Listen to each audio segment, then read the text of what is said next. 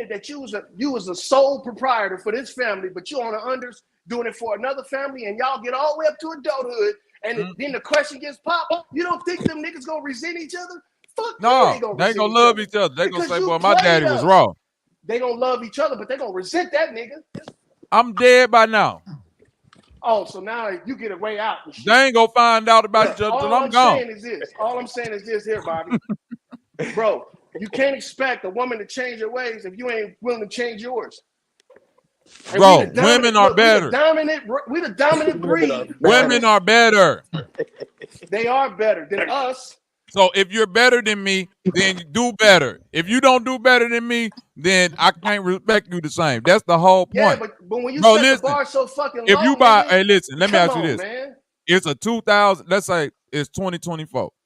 A brand new, it is. I'm just saying, I'm using this example. It's 2024, Loyal.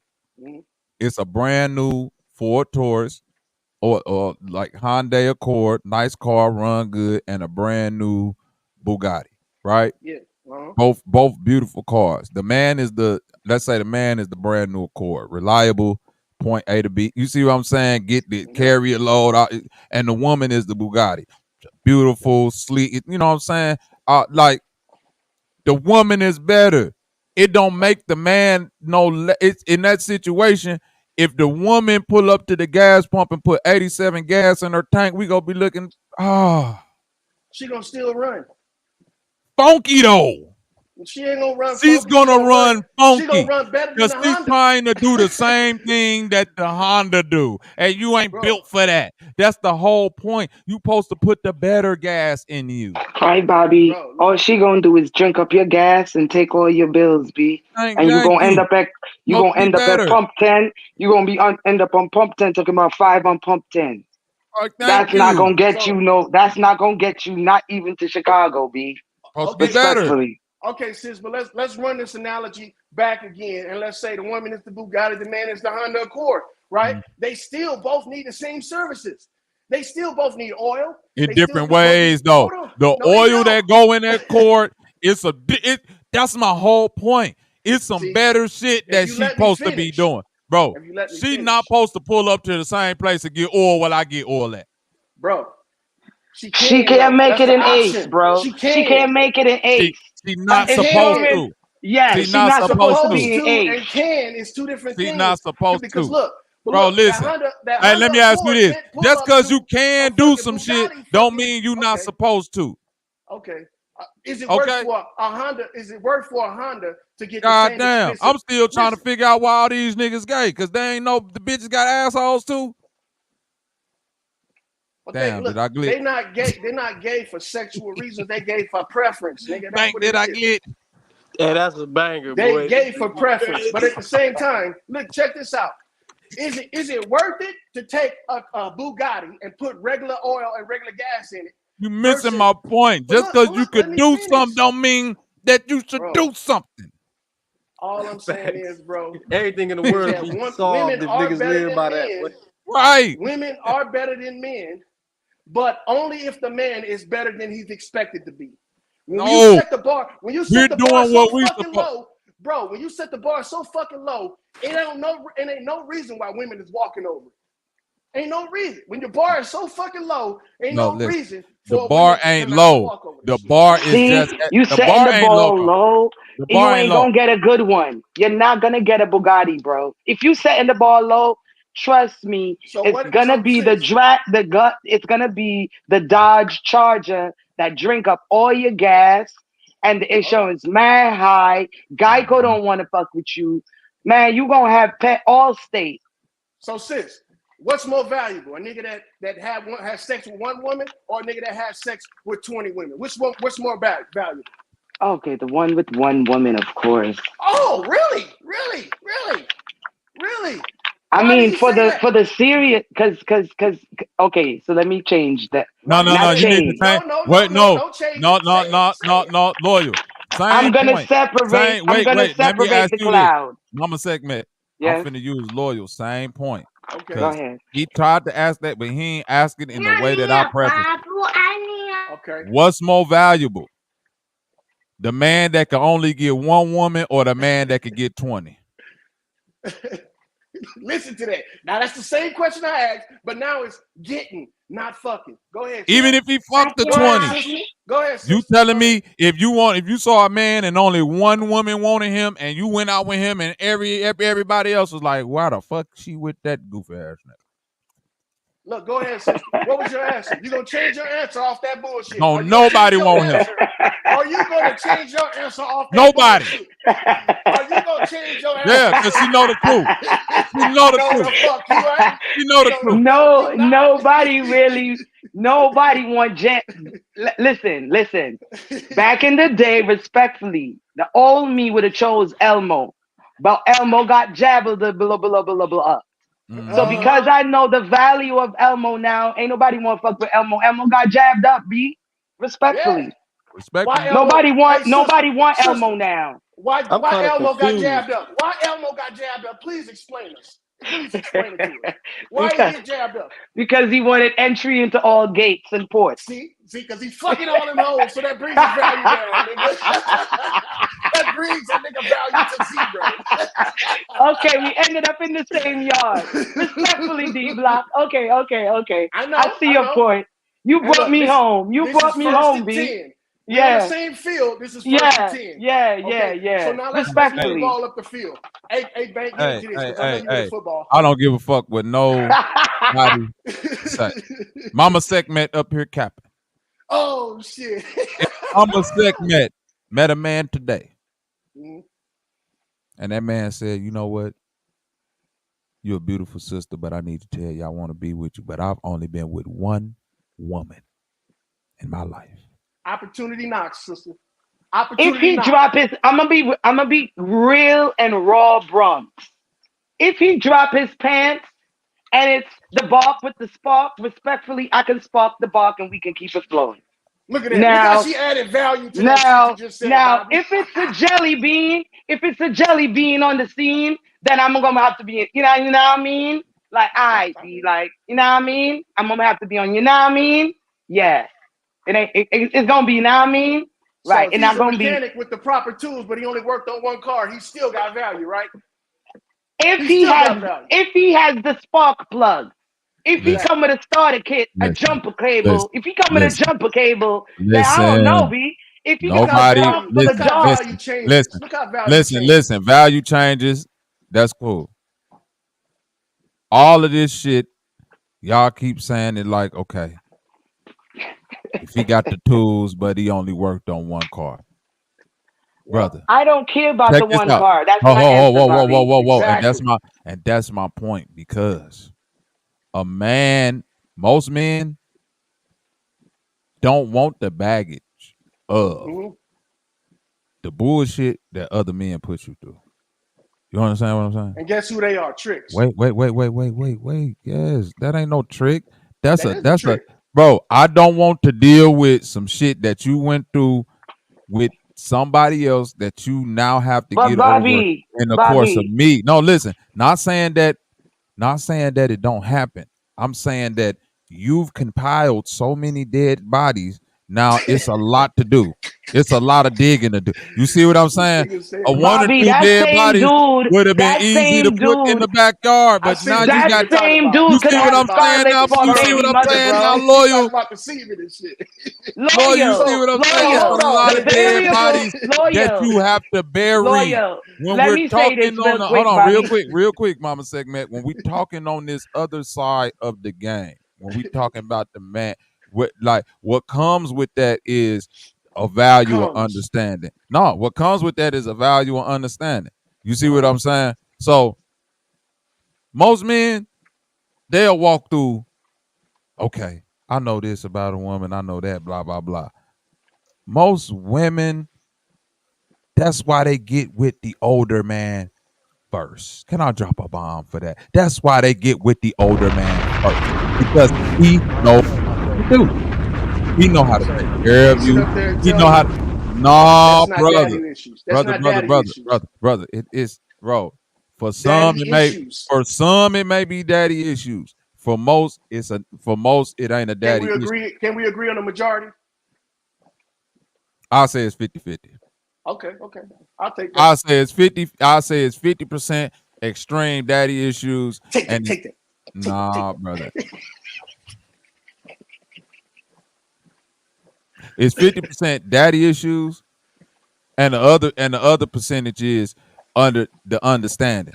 That's just why most of these young hot whores is out here with older men instead of focusing on self. Remember that thing we talked about earlier, Loyal? Focus on self, work through those inner demons so that by the time you're ready to get back out into that thing we like to call the dating pool, you could be around like-minded people. You see what I'm saying? And then you can grow into that little nurturing thing, and now y'all both then probably, you know what I'm saying, understood life a little bit more to where y'all can come together and shit like that. That's where the, like, you know what I'm saying, slight things come into play. But when you don't never go through that, you're always gonna be attracted to somebody who have that level of experience, that level of understanding. You feel what I'm saying? That's where that come from, Lloyd. That ain't no make believe shit. That come from that. You hold on. Women, people like being around people who know what the fuck is going on. Exactly. I'm saying the same thing. Don't nobody like to be around nobody without experience. But look, a woman that's been with lots of men has just got just as much experience as a But man you missing does. my point though. A man is not seeking that from a woman the majority of time. Listen, because he a man is willing. Listen, shit. because no, bro, a man. Shit. No, ain't no woman. It ain't even all of that, bro. He It on ain't that even all of that. 20 It ain't even bullshit. all of that. It's that savior. It's that savior complex. It's that a part of savior. that. It's a part of that, though, Mama segment. I will agree with that. It is Let me a part of that. let me Nigga throw in wanna a feel like the hero. variable. Let me throw in a variable real quick, right? Because that same dude with the one woman could have a motherfucking razor blade spitting bitch with a set of twins. What become of him now? His first entry into the portal was a motherfucking crashing ass UFO unidentified phenomenon mayhem confusion device that gave him a set of twins. B. What say you to him now? Is that bad luck or is that destiny? Yeah, is that destiny with the same one dude that say that crazy ass bitch and he only been in there one time? What happened? What happened to that? No. You missing my point. If a man lay down with a woman one time and then that's his thing, like, I'm still preaching the same thing.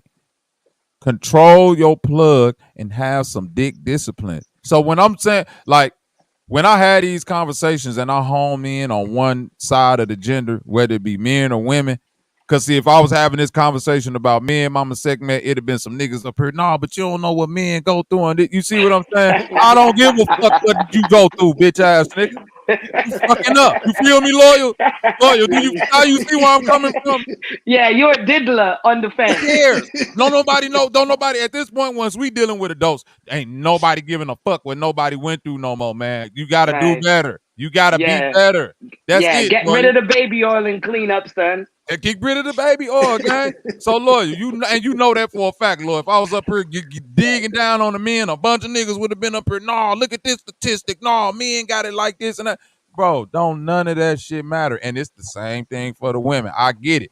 You done went through a daddy issues and all at a certain. Once you become an adult and you out here playing bogus games with your pussy, just like you not having no dick discipline. Like, come on, man. Bro, I had all right, let me get to you like this. I had a best friend when we was in high school. He had a girl all through high school, right? 4 years of high school, he was with the same girl. You hear me, Loyal? Mm-hmm. Never had sex with her, even though these are homies. So we young, we talk. They do sexual things, but they never had sexual intercourse. You feel me, Loyal? Yeah, I feel. And he tried to have sex with her, but she was always scared of that pregnancy thing, scared of this, scared of that, but do stuff with her, and they did, but she just never had sex. 4 years, this was his girl, all of that. This girl got accepted into Yale or something like that, and chose to not go to that school, to go to school with him in Southern Illinois, Carbondale, right? First year of college, that boy was horny.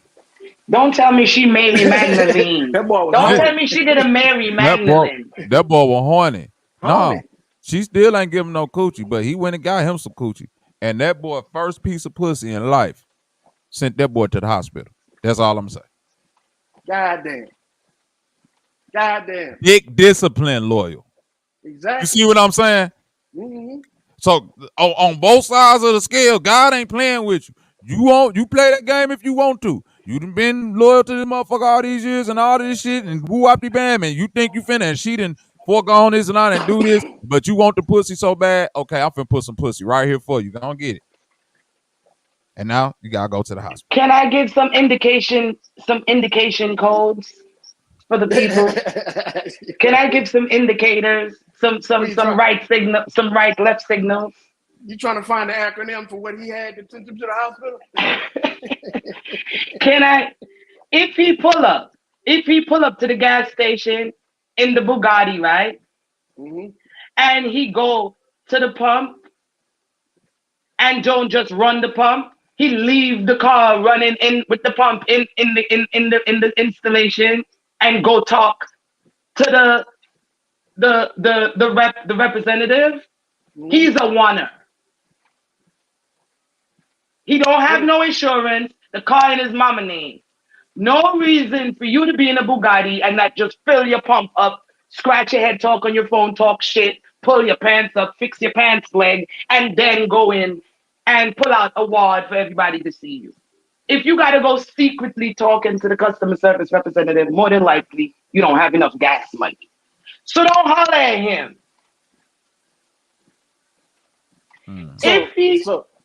Yeah, go ahead. So I was gonna say, so if the man is not, if he's not capable of dealing with that type of situation, he shouldn't be in that realm in the first place. That's what you're trying to say?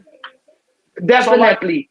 So if we working off the analogy, the story that Bobby told, he jumped the gun and he should have been patient. And he should have had what? Should have had dick control. Exactly. But I'm speaking to the female who gets flighty and butterflies in her stomach when the Bugatti pull up playing motherfucking G Unit. And he playing G Unit, he's the oneer. He work at UPS and he on the whatchamacallit, the vocational training shit that they give you from 6 months or 3 months introduction program plan, whatever the fuck you call that shit. And he more than likely he's gonna be on your couch. And you want to know why? I'm gonna tell you why, Mama Segment, because most people today are festering on the inside with pustules. Listen to me. Listen to me, lawyer. The amount of fake ass, fake titty, lip filler, makeup, eyelash, eyebrow, weave, this and that, makeup, preposterous. You hear me? Preposterous. So, when they see that Bugatti, that's a Kia Rio, like my sister Humbling saying, it's really a Kia Rio, but they flaunted it like a Bugatti. The reason why these sisters are going for it, Mama Segment, because they're a model that's actually a pustule on the inside. You see what I mean? So they OnlyFans fall for that shit. Everybody playing the game. The reason why Granny and them didn't fall for that shit back in the day, because they knew that shit was a pustule. They knew that nigga pulling up in the Cadillac wasn't no more quality than Granddaddy who went to the factory and all. They knew that shit was just gonna be good for 2 years. Yeah, you hear me, lawyer? They knew one of those substances. But Granddaddy knew it too. That's why none of that shit was that right. Granddaddy knew that the little funky big booty bitch wasn't on nothing. That's why he got with Granny. Like they knew this. They knew that shit wasn't no. They knew it was a good time, not a long time. They knew this, right? That's why they carried themselves in a certain type of way. They knew, bro. Listen, Indiana Jones and the Temple of Doom, loyal. Hear me? When they went looking for the Holy Grail, Lord, you remember that one? I remember. And Lord, you remember when they got in that room and it was all them cups on the table, right? You know, you remember this scene, don't you? It was all them cups and it was shiny shit with rubies in it. And remember that nigga picked that one cup up. He said, "This has to be it. Yeah. It's the most beautiful. Died Look like at the a rubies. motherfucker. That nigga melted, lawyer. Yeah. And guess what Indiana Jones said? He said, boy, no, it's that cup right there. That little dusty cup. That little raggedy cup that look like it ain't about shit. Yep. That's the cup that's gonna make you live forever. And they said, that little dusty, raggedy shit. Do you see all these other cups? These bitches got diamonds on them. He was like, I'm telling you, it's that raggedy one. Yep. And they poured that shit in that cup, and that nigga was immortal. Hey. This was I'm trying to say. All of that shiny shit, ain't nothing good about you or you funky ass nigga. That's just that. You know what? You right, Bobby. Go ahead, Lord. Okay, I'm gonna play devil's advocate. That cup that he picked up, the one that was all worn and looked toe up. Oh shit. What if that cup started off like that brand new cup over there, and through time, experience, and wear and tear became that? Not the cup turned to a cigarette holder. Look. I know you can do. Grail. What if the worn out cup became the holy grail? Hey, listen. Guess what? I'm gonna accept it. You want to know why? You want to know why, lawyer? Go ahead. Cause only one nigga drunk out there. Oh shit! Thanks, me. Hey, Lord, I fucked you up with that one. Boom! Only one nigga drunk out. Only one nigga drunk out. But look, that nigga tore that fucking cup up. He tore it up though, just like the bitch with them 200 kids. Look, she ain't 200 kids. But guess what? It's on. Hey, for another nigga, right?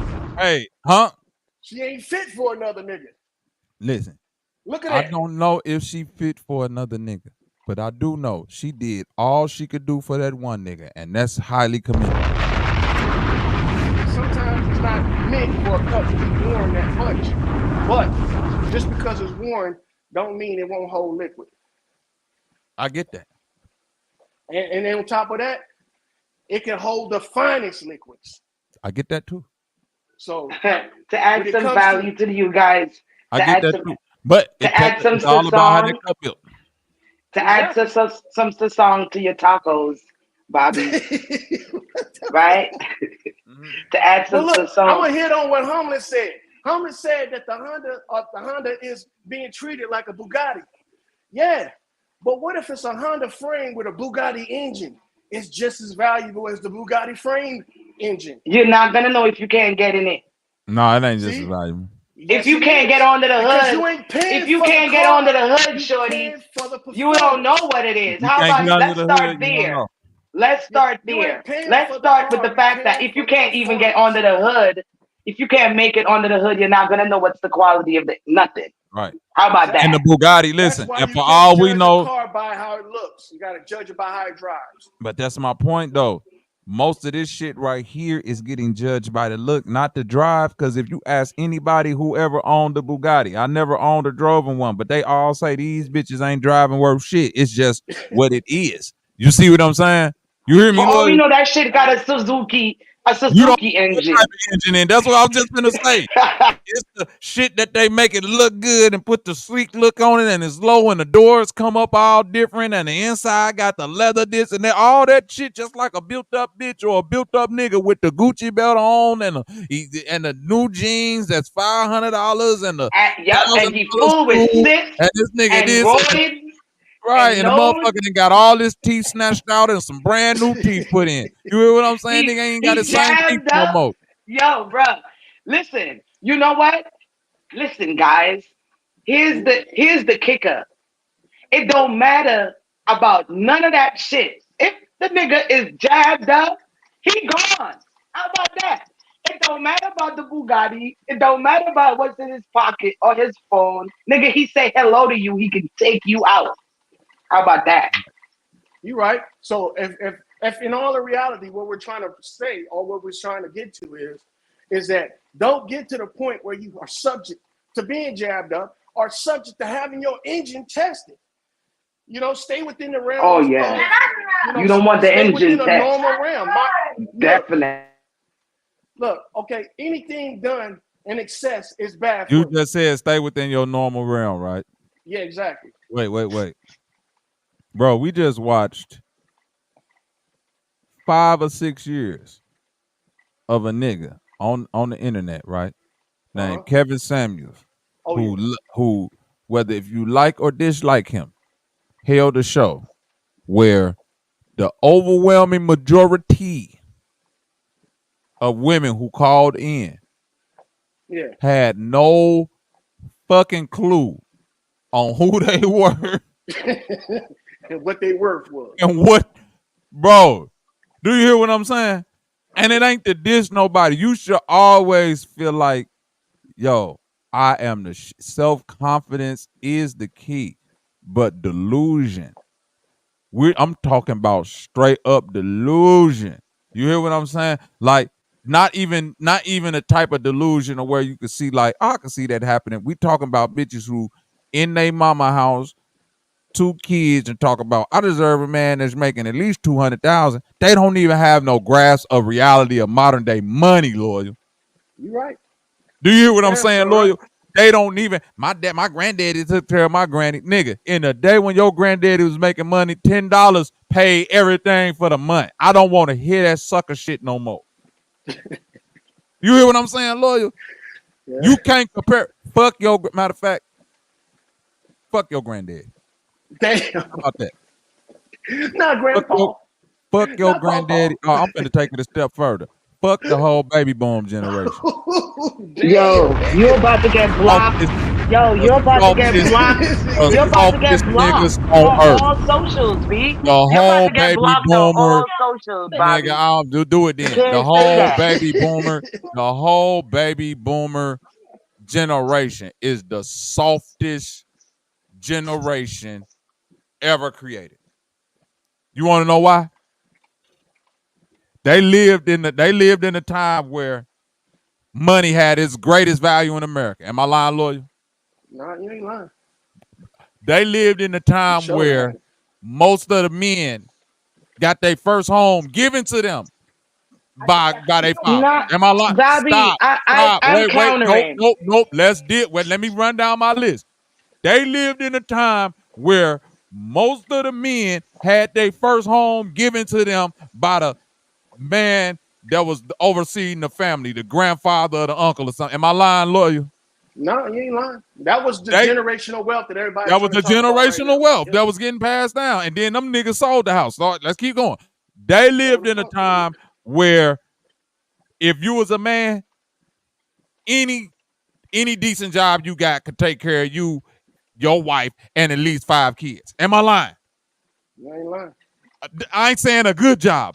A decent job at that time could take care of you, your wife, and 5 kids. They lived at a time where they was so fucking toxic, they didn't even want their women to work, because if they would have just conceded to let their women work at the time, they could have been triple advanced the fucking wealth gap by then.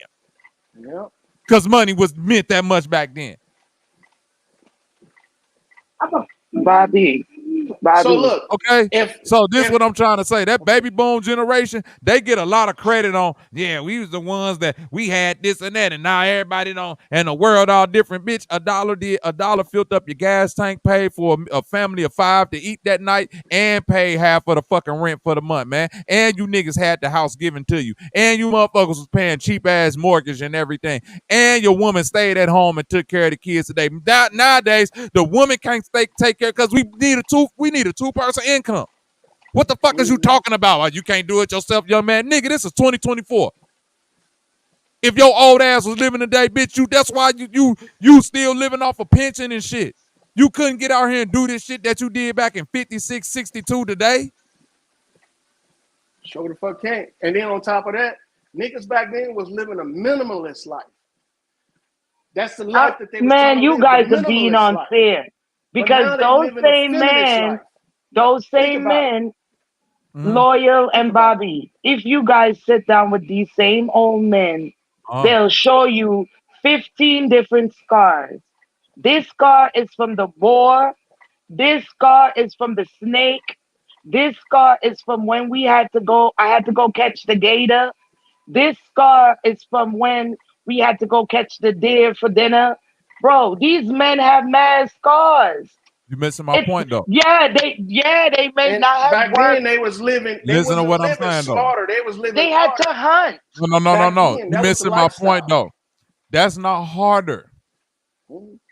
That's not harder than today. What? And we can't keep saying that's, bro, if I could walk outside and hunt fucking food to feed my family for the whole year, that ain't harder than getting up, going to work, and fucking food stamps and shit for most people to try to get this sorry ass food out of a grocery store. Bro, that is harder. I'm just saying. No, because you That's were not saying. No, loyal. You missing my point.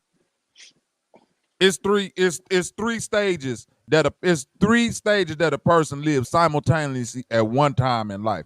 Physically, mentally, and spiritually. Will you agree with that? I'll agree, yeah. Yeah. So when I say it's not harder, some things that may be physically harder, like back then, it may have been physically harder to go hunt your food, but it's not harder than what motherfuckers gotta get up, go to work to eat these raggedy ass McDonald's and all. Nigga can't get up and go hunt no shit right now and just live. Yeah, you need a permit. You got a house you need a handed permit. to you, nigga. Yeah. You got some land handed to you. You can live off of nigga. My granddaddy said the only reason they used to even have to go into town was to get flour and sugar, bro. That's it. That was the only reason he had to go to the store. Bobby, at that time, guess what that was equivalent to? McDonald's. At that time, that's what the equivalent was. McDonald's. What you that mean? flour and that sugar was McDonald's at that time. You missing my point though, loyal. Okay. That's a once every month and a half, 2 month trip. That's right. But it made it easier for them. Look, I want to understand what easier for them to go and get the flour, to go and get that processed flour that they could have grown the wheat and beat and made their own flour, or they could have cut the sugar cane, dehydrated it, and made their own sugar. Loyal. So it made it all easier. of that made it easier for them to do that. I get that on the flour and the sugar side of the game. Yeah. Physically made it easier. I talked to my granddaddy. I talked to my granny. I still talk to them folks down in Mississippi, bro. Don't you know all they crave is, man, I wish it was like back when you could just go hunt some shit and do this and that and just, you feel me? But look, this shit today is hard trying to scuttle together your little shekels and go to the king and say, can I get a piece of bread and meat? For real, lawyer. But are they saying the scales that they use to process psychology and to diagnose the psychological disorders that we have is the reason for that shit that Bobby's talking about. It's way more harder. Okay, but I got a question though about that statement you made about granddaddy wanted to go back in the past. How do you know he's not saying that because he wish he was younger so he can go out there and do that? Not versus I understand that. No. I know that's why he want to get back out there and do that. I'm saying that the possibilities that exist today to do that ain't even in the same scope of financial viability. Do you feel me, loyal? What it take for the average person to run a farm by themselves with their family ain't the same shit what it took in 57. You're right, it's easier. It was easier then. Oh, what? Hold on, bro. Hold on. Come on now. That's not loyal. I'm saying easier on the mind. When I'm saying easier, I just said it's 3 stages in life that we live simultaneous. Yeah. You might have had to put in more physical labor, but when I'm saying easier, bro, I'm saying literally, if you made $1 back then, nigga, that dollar can last that dollar can stretch a month. Who the fuck can stretch $1 a month, right? Nigga, you can't even stretch $1 for 2 minutes. Well, I disagree with that because it's all about economics. It's all that part. $1 can't do shit today. $1 can't do shit for you today. $1 makes $2 make $2. I didn't say that. I said $8 can't do nothing for you today. Okay. $1. So $1. $1 can't do shit for you. $1 can buy you some gas. $1 can buy you some bread. Bro, how much got a cup of gas? And $1 can't buy you no bread nowhere. Ain't no bread. It can't for no $1. No. It can buy you the cheap bread. There's no bread nowhere that costs $1. Bread for $1. Bro, there is cheap bread for $1. Where? Where? Please go to tell Dollar me. Tree. Go to Dollar Tree bread don't cost $1. Hold on, look. You can buy a steak. Dollar for Tree $1, bread do not cost and $1. You can buy plus tax. Okay, my bad. Plus tax. Bro. Plus tax. You need at least $2 to get into Dollar Tree. Listen to what I'm saying. Listen to what I'm saying. You need that dollar. The Dollar Tree, when you walk into Dollar Tree, ain't none of that shit in there $1. Because they adding tax and shit to it. Bro, it's shit in there $5. It's some shit in there $3. But ain't no bread. Bro, it ain't a peak, bro. When I say $1, I'm not talking about $1.10. I'm saying $1. Back then, $1 can stretch, loyal. I'm saying back then, $1 can go in the store and get a motherfucker groceries in a cart. I understand. With an S, bro. With an S. But that not goes to show grocery. You the value of things have changed based on Bro, the value so when of I the say dollar. shit was easier back then, that's the only thing I'm speaking on. I don't give a fuck about no hard labor. It's nigga gonna have to work anyway. So just because y'all had to work harder to till the land and go hunt some shit, y'all think y'all had it harder? Bro, hell yeah, it was hard. Nigga. No, it ain't harder. You got free food. Gators Your and food was tractors damn near free. Every time I hear an old nigga from back then talk about eating, they ain't never talked about paying shit. They just talked about having to go get it. Right or wrong, Mama Segment. But bro, do you believe that time is money? Do you believe that time is money? No. No, time ain't money. Okay, no, what it's is not. time? What is time to you? Time is a concept that just is. Is it a waste or is it a utilization? Oh, time is what you do with it. Time don't got to be. It's a utility. Time ain't got nothing to do with money. Listen, time ain't got nothing to do with money though. Okay, time has nothing to do with money. Because them old niggas back then had all the time in the world to go hunting, clean an animal, cook it. They had all day to do that. And you didn't need money to do that. You just needed energy to get the fuck up and go hunt. That didn't take money. That's what I'm saying. When you spending 5 hours to hunt a deer, and then another 5 hours to clean that motherfucker, your day is done. Your day is done. Right. Done. Right. So guess what? All the other things that needed to be done that day get overlooked. So all the other things that need to be done. What need to get done that day? Nothing need to be done. What need to get done? What need to get done? The kids need to be minded.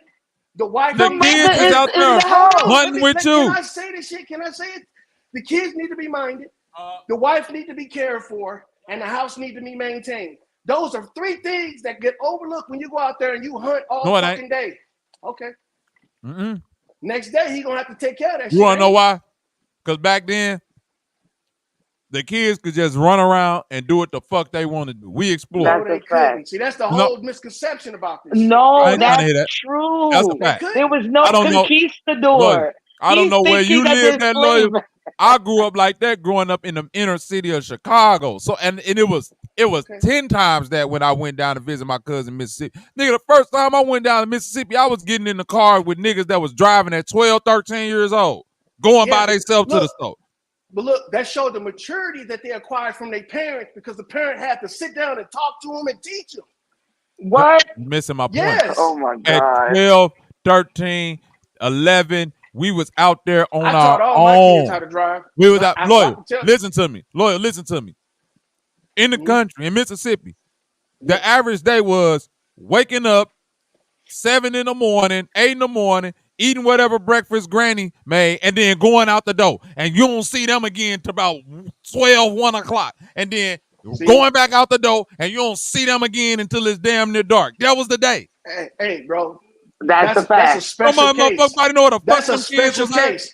That's a special case. That was the whole Bronx. Down in Louisiana. The whole Bronx in 83.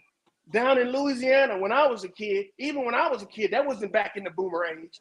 When I was a kid, you can't just wake up and fucking go eat breakfast and hit the streets, nigga. We got chores around this house that need to be done. Okay. You gotta make your fucking bed. All right. You gotta clean that bathroom. Loyal. Go ahead. Loyal. You're correct. I skipped the part about the chores. So you wake up. That was Sunday or Saturday. And who you think gonna make them kids do that shit? Wake up, mama. The man? Okay. Mama. Okay. Mama. All right. Who the fuck you think else? Mama. You think that's what I'm saying? It don't take. That's where you making it gender bias, and it ain't always got to be boys. Because this the problem we do right here. When we talk about children, I don't do all of that. All the boys and the girls. No, I know we being a realist though, bro. But a child is a child. A child is gonna respect the authority of an adult. A woman is just as capable of putting that authority down, just like a man. It take both. It take both. Not disagreeing with you there, but I've seen it. Other people have seen it. Granny got the same authority. Mama got the same authority as daddy. And if daddy out the house, then the other parent that's there is there to motherfucker pick up the authority. Get y'all little asses up, clean, wash the dishes and all that. Now, if your motherfucking kids are that terrified and petrified of you where they don't respect mama or vice versa, they don't respect daddy, that's the issue y'all got to deal with on y'all own. Y'all got to sit down and have a talk about what's going on in the house. Other than that, I don't know no motherfucking house, none, that I grew up in where mama or granny got up and said, it's time to clean up, and motherfuckers shuffled their feet and acted like they ain't know what was going on. Shit, I did. That's a fact. You finna get hit with a fucking shoe. Yeah. And then well, a lot of time that shoe, especially if the nigga's big enough, that shit gonna get deflected. Now it's time for grandpa to come up in there and be like, lawyer, you acting up, lawyer. Look, yeah, you explain it to me. You explain to me, but lawyer, what you explaining to me that you was a problem child. That was every child's cool. a problem. Nope. Every child's a problem. Yes, I wasn't no problem child. Until they not. I was not a problem child. Every child has discipline issues. That's why it's called discipline. Every child does has discipline issues. I get that. There you go. Every child got things that they go through. I get that, lawyer. What I'm saying is that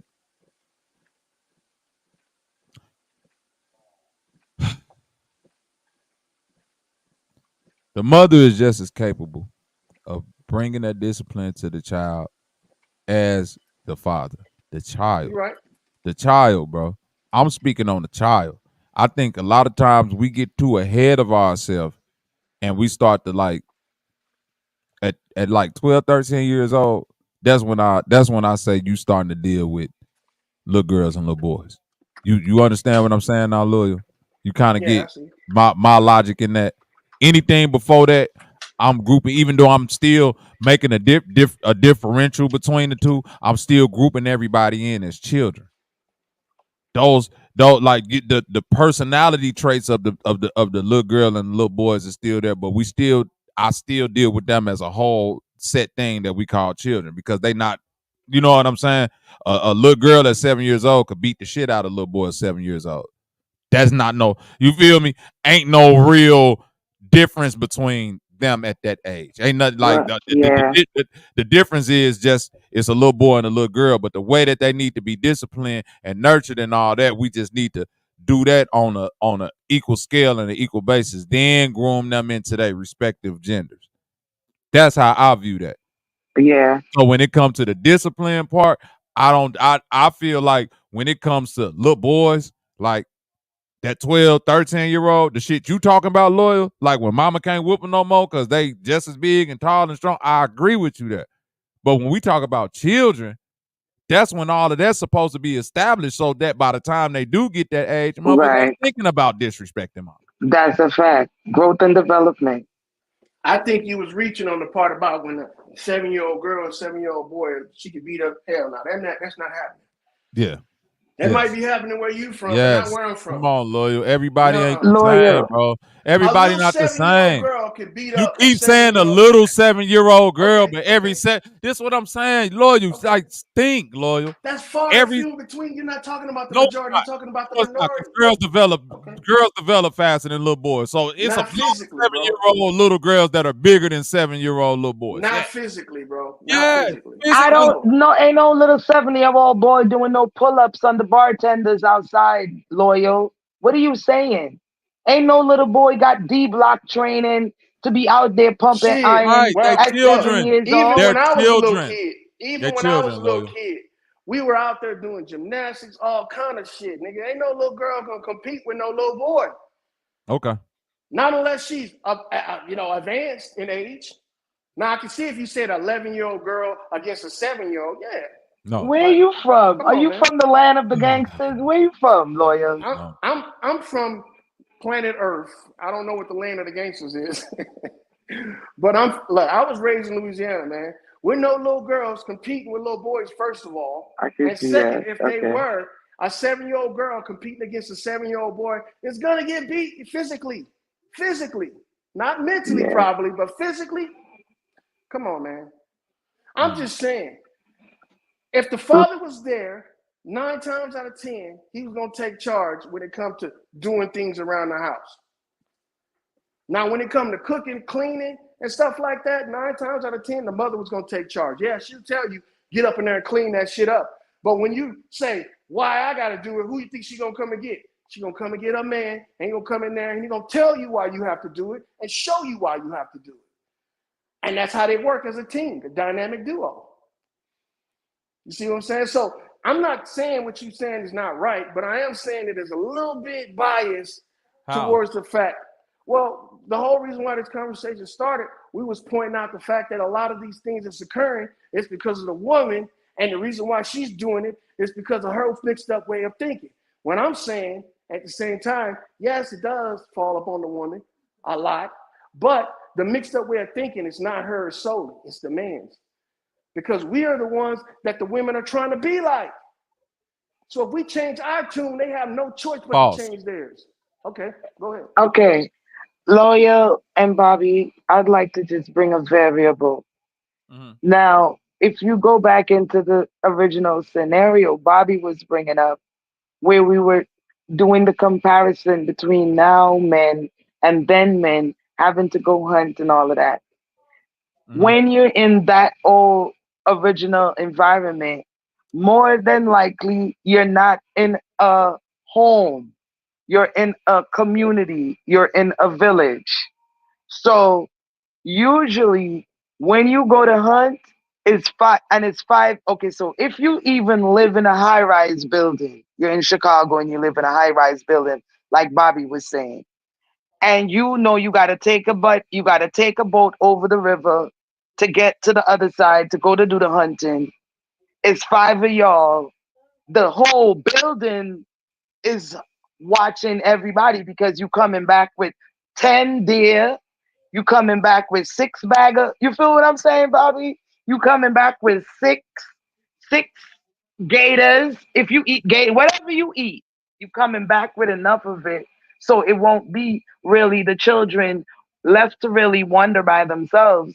Everybody that went to get food is all ascribing the delegation of duty to care for the children that are going to be left without parents. The whole village know that you going hunting. So in those scenarios, you would usually not find what you're saying, Loyal, in terms of the mischievousness and the promiscuity and the misbehavior. You won't find a lot of that because it will be a whole collective all coming together in a village commune kind of thing to watch everybody while they do that. Now these days, yeah, exactly the scenario you're bringing up, Loyal, would be the scenario that you will have play out. And yeah, you're going to need to put your foot down, and the single mommy thing is not going to really work because, you know what I mean? And now you're going to have this type of mayhem like what you were mentioning. But I'm thinking if it's the village, it's the village. So it does take a village, but most of that conversation was putting the ball back in men's court. And to see the reason why, it's because we're supposed to pass the ball from one court to the other when times prevent it. You know what I'm saying? When times allow it. No, it's not. Yes, it does, this ain't got nothing to do with men, bro. Yes, this it does, all got bro. to do with, bro, listen. Okay. You got a thing called brotherhood, and you got a thing called sisterhood. Yes. The only sisterhood, bro, listen. Brotherhood still got shame in it. Sisterhood has no shame. Which one came first? They both been. No. They came together. You even named. No, they didn't. In order to have any hood, it had to be formed first by the brother. Nope. All right. And then the females. Brotherhood, sisterhood, man. I don't give a fuck who had what first. None of that got nothing to do with it. But if the men came first or the sister came first, what do they have to do with the fact that ain't no more shame in sisterhood? Right. Because there was no shame in brotherhood. It is shame in bro, listen. Right In now, order to play it's shame shame, and you got to be a shameful person. bro. Listen, it's shame and brotherhood. How? Right now, okay, loyal. Ain't no shame and brotherhood. Do you know any men right now besides Bro Sanchez and his clique of niggas that's jacking pedophilia and weirdo shit? No. No. If a nigga come around, bro, he could have been your best friend. He could have been whatever. If that nigga come around talking some goofy shit about a young girl that's too young, or you hear some shit about him, is niggas finna get away from him? Is niggas finna try to beat him up? Is niggas gonna get active, bro? Is we gonna put shame on that man? Well, I know niggas. Be loyal. Just be honest, and you don't have to say from your specific point of view. Just say what you most likely think would happen. On YouTube, no. I ain't talking about YouTube, bro. I'm talking about So reality. Of course, I'm talking reality. I ain't talking YouTube. That's why I preface besides Bro Sanchez and all them goofy ass niggas. I understand that. So in real life, in my real life, there's no men around me that would be accepting that shit. Thank you. My point being, when that's I say what he's saying, there is no more shame in sisterhood. It's sisters, it's women out here that can do that shit. That, hey, 30 years old, got caught messing with a 15-year-old, sisters will not shame her.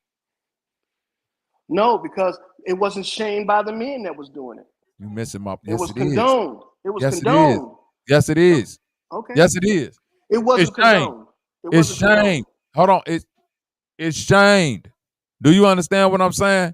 It's certain shame that come with brotherhood and sisterhood. Bro, perfect example. The biggest shame you could get in the brotherhood is being broke. Can we just meet there, loyal? And that is so loyal. Yeah, Can we just meet there, loyal? Can we just meet there? Yes. Can we meet there and agree that that's a truth? Whether we agree that that's right or wrong, a nigga shouldn't do that, can we agree that that's true? That is the truth. Okay. What I'm saying is nothing, whether if that's right or wrong, if that's extreme shame, it pushes you to either, man, I ain't finna be no broke person out here. You see what I'm saying, loyal? That type of shame pushes you to know that as a man, I ain't gonna get no empathy or sympathy if I'm out here fucked up. Am I lying, loyal? Tell me that ain't never been in the back of your mind like motherfuckers gonna look at me crazy if I'm out here fucked up. That is true, bro. But can't you see that's the problem? Can't you see that's the problem? It's loyal. Whether it's good or bad, I'm saying it's effective in action. It's effective in the action. I'm saying it's effective in the action, loyal. It's when you take away action. Listen, when you take away the shame, like on the female side of the game, ain't no from my example, what I'm saying, how ain't no shame, then it won't be no shame if you married and you step out on your husband, have an outside baby. We can accept that, sis. You just messed up. It won't be no shame if you go out here and you know what I'm saying, burn a bunch of men because you ain't keeping up with your health. It's okay, sis. It won't be no shame if you just being a hoe out here with your body and because you saying you got daddy issues. That's why to this day, Bobby, I don't have no friends. But this is why no women fucks with you me. You feel what I'm saying, Mama Segment? You still talk. Mama Segment. You one of them women, if one of your friends come to you with a scenario, you be like, bitch, you tripping. And then y'all fall out as friends because don't nobody want to hear that no more. Yes, I open up the Bible, go get Proverbs and teach her about the harlot. I understand that, but look, check this out. When you have a group of people that the worst thing that they can be ashamed about is making money, not all the other moral shit that needs to be some type of regulation on. The biggest if you're using immorality to get this money, you're a synagogue of Satan, bro. I'm not fucking with you. I didn't say that's the worst thing they could be shamed about. I said that's one of the biggest things that operate with men across all parameters. Like, it's certain things that black men get shamed about that white men might like. The gay shit and all that, like how white men play gay, black men can't play like that. It's a certain you feel me? It's certain things that's different culturally and all that. I'm saying as men, that's one thing that no matter what man you is, white, black, Indian, whatever, that's a shame that travel across all cultures. That's all I'm saying, loyal. Right. A gay woman can come among straight women and be okay with it. Yeah. I'm not disagreeing with you guys. Loyal. And what I'm saying, it ain't the biggest, loyal, but it's just something that travel across all cultures of men. The biggest thing, the biggest shame in our culture The biggest shame in black men culture is something else that I believe it is. But that's the one thing that I can agree. It ain't one shame that you can look at and say that travel across all women culture. Because everything get accepted. Well, because yeah, eventually it does. It does get so check it out. appeased. Check it out. When you say that it spreads across all men's culture, you're not lying. You're telling the truth about that. But at the same time, when something that spreads across all boundaries and is able to be held to such esteem, but all the other shit is kind of like put to the back burner, no wonder women are doing these shameful things and feeling no fucking transgression about it. It's because, first of all, they can't go to nobody and say that they are 100% wrong. For instance, if a woman goes out there and she steps out on her family, why is it looked at differently when a man does it? What you mean? Step out how? If she goes and cheat on her husband, leaves her kids and her husband, and she goes sleep with another man, why is that looked at differently with a man? Because we put cultural biases before reality. And the reality is, it's no different. If he stepped out, he's just as bad as she is. The same thing if she's fucking 20 men and he's fucking 20 women. It's just why is that different? I mean, it's different because culturally and historically, it's a bias. It's a bias based on all the other biases we have. Men have their own biases versus women, and women have their own biases versus men, meaning this thing that women do that they never want to see a man do, and vice versa. So the reason why that's a bias implicitly, and the reason why men always is literally because of the progeny of your lineage. No man want to be in a situation where you questioning your children. So the minute that you sitting up somewhere with your wife and you got a bunch of kids and she step out and you find out she cheating, you questioning them kids after that. So how do you think a woman feels when she's questioning her She man? can't never question her fucking kids. Huh? No. Hold on.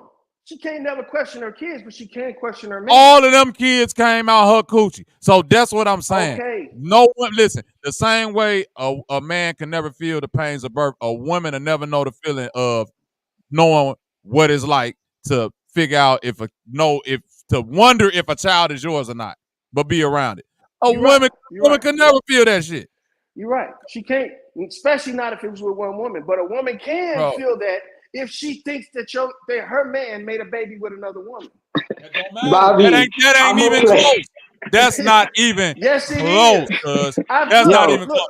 I'm finna be a fool right now. I've seen Bobby. men have sex with another woman and she has a kid down the street, and the wife is walking down the street and see that kid. Stop. And That's see that not man the in that same, kid. bro. Loyal. Bro, come on, that's bro. not the same, bro. Listen, that would be like saying a man went somewhere, had sex with another woman, like they do, tricked his wife into thinking that this baby that he had sex with from somebody else was his. That happens too. That happens too. Bro, ain't never, bro. Loyal, bro, stop. Now okay, you look, loyal. I gotta mute your mic. Loyal, you gonna make me mute you for sitting up here lying like that. It ain't never in the history of never them nigga a bitch ever got fooled into thinking he watched too much fucking baby that wasn't hers was hers. That's that Tyler Perry movie. That's that Tyler Perry movie, bro. You telling me it's a woman that got tricked into thinking a baby that a man had with another bitch was her baby? Yes. Who? A woman that becomes a stepmom. The man has convinced her. Loyal. Stop. Loyal. You said a woman that become a stepmom, Loyal? Yes, the man so has she know in her mind, Loyal. Okay. Loyal. Stop. Because I don't know if you're doing this on purpose right now or not, cuz. A woman that's a stepmom, no, she a stepmom. She know that's not her fucking child. She does, bro. She know that's not her child then, Loyal. Look, so you not even making no sense, gang. Oh, man, come on, bro. Listen to what I'm saying first before you cut it down. But it takes a level of convincing the woman that she's... Listen, no, it don't. Listen, it takes a level of convincing the woman that she's obligated to take care of that child. No, it don't. She ain't obligated to take care of shit. She feels like she is because it's No, your she don't. child, and she wants to be with you. So now the That's obligation fine. falls Look, upon. Okay. that's fine. She could No, I feel didn't like say that that. all she want to. She could want to be with me all she want to. The fact That's of a the form matter of is, manipulation, she right? knows for a fact that that baby did not come out of her. When you dealing with the vice versa thing, a man do not know for a fact that that baby didn't come out of my penis. That's why. How are you mixing these two things together, bro? Bro, did you ever hear the reason why they say babies come out looking like their father? You ever know the reason why that happens? It's because that's a safety mechanism that was put into us, so when a baby comes out, he automatically identifies who his father is. It's just niggas don't want to believe it because they infatuated with the fact that they having a child, first of all, and second of all, that they don't think the woman would cheat on them. But when the baby comes out and he looks different from you, that's your indication right there to find out if it is or not. Loyal. It's plenty of Come on, them men. babies know. It's Them plenty babies of know who their men daddy who is. babies don't look like them, and it's their babies. Okay. Any of your babies come out. You got 5 babies, bro. Any of your babies come out not looking like you. Because I know none of mine came out looking like somebody else. None of mine did. They might have grew up and start changing then, but when they initially come out the womb, the motherfuckers look just like us. Girl or boy. Just like If your baby come out the womb and look like you, boy, I feel sorry for that baby. You can feel sorry all you want, but the facts. Bro, listen. You cold-blooded, bro. You cold-blooded. Hey, I'm just saying it. That's right there. Make a point the same time. Listen, no. The babies don't come out looking like you. Because 2 people can have vastly contrasting different faces. Me and my wife are on completely opposite sides of the spectrum. Yep. I got fat ass lips. Her lips ain't as fat as mine. I got long ass eyelashes. She got kind of short eyelashes. I got a big ass nose. She got kind of a skinny nose. I got big ass head. Her head little. You see what I'm saying? I'm dark than a motherfucker. She light skinned than a motherfucker. So guess what? All our children look like us, meaning that it ain't a blend. Some kids look like her. Some kids look like me. That means the kids that look like me don't look like her, Lawyer. So are they her kids? You see what I'm saying? This the same thing my granny and grandfather went through. My granny, dark skinned than a motherfucker. Hold on, wait. My granny, dark skinned. I see which way you went there, Bobby. My granny, dark skinned than a motherfucker. No, you missing. My granny, dark skinned. My granddaddy, light skinned. From my mother to my uncle to my aunties, right? The only 2 that look like my granny is my uncle and my mother. My other 2 aunties, they look like my grandfather, but they don't look nothing like my granny. They like my granny dark-skinned in the motherfucker. My aunties light-skinned in the motherfucker look exactly like my granddaddy. So them not my granny kids. They came out of her and don't look nothing like her. You hear me, Mama Segment? This is the thing, though, bro. Yeah. They grew to look like that. No, they don't. No, they came out the womb like, bro. I got pictures of my mama and my aunties and shit when they was little babies, man. So are you basing it off of pigment, or are you basing it off of features? I'm basing it off of facial features, bro. Exactly. They're not gonna look like identical twins of you. You missing my listen. Everybody have features of their parents. What I'm saying is that when you look at, but every feature you have of your parent ain't gonna be a facial feature or prominent this or prominent that. A motherfucker, like, okay, for instance, my second oldest daughter, she has my facial expressions. Okay. If you see my second oldest daughter, it's like a twin of my wife. You hear me? But what? It's like a spitting image. I'm saying that if you see her, when you see her do certain things or smile in a certain way, it's like, damn, you look just like your father. You see what I'm saying? But to look at her, it's like, no, because she's my daughter. I don't have to teach you that. She's gonna automatically do things that I would do because it's my child. But when you look at her, it looked like her mother acting out me. because she looked just like her mother. On the opposite end, my oldest daughter look exactly like me, Loyal. You know who she act like though? Her mother. You feel me? Everything she do, she act like her mother, but she look exactly like me. That's what you're talking about. Ancient maternity measures. These are things that prove and validate your lineage to that person. And when a man feels like it's not his child, it's because he doesn't see that in those children. No, you missing my point, Loyal. I didn't say about a man not feeling like it's his child. Loyal, listen. This is a crazy world, Loyal. Let me give you an example.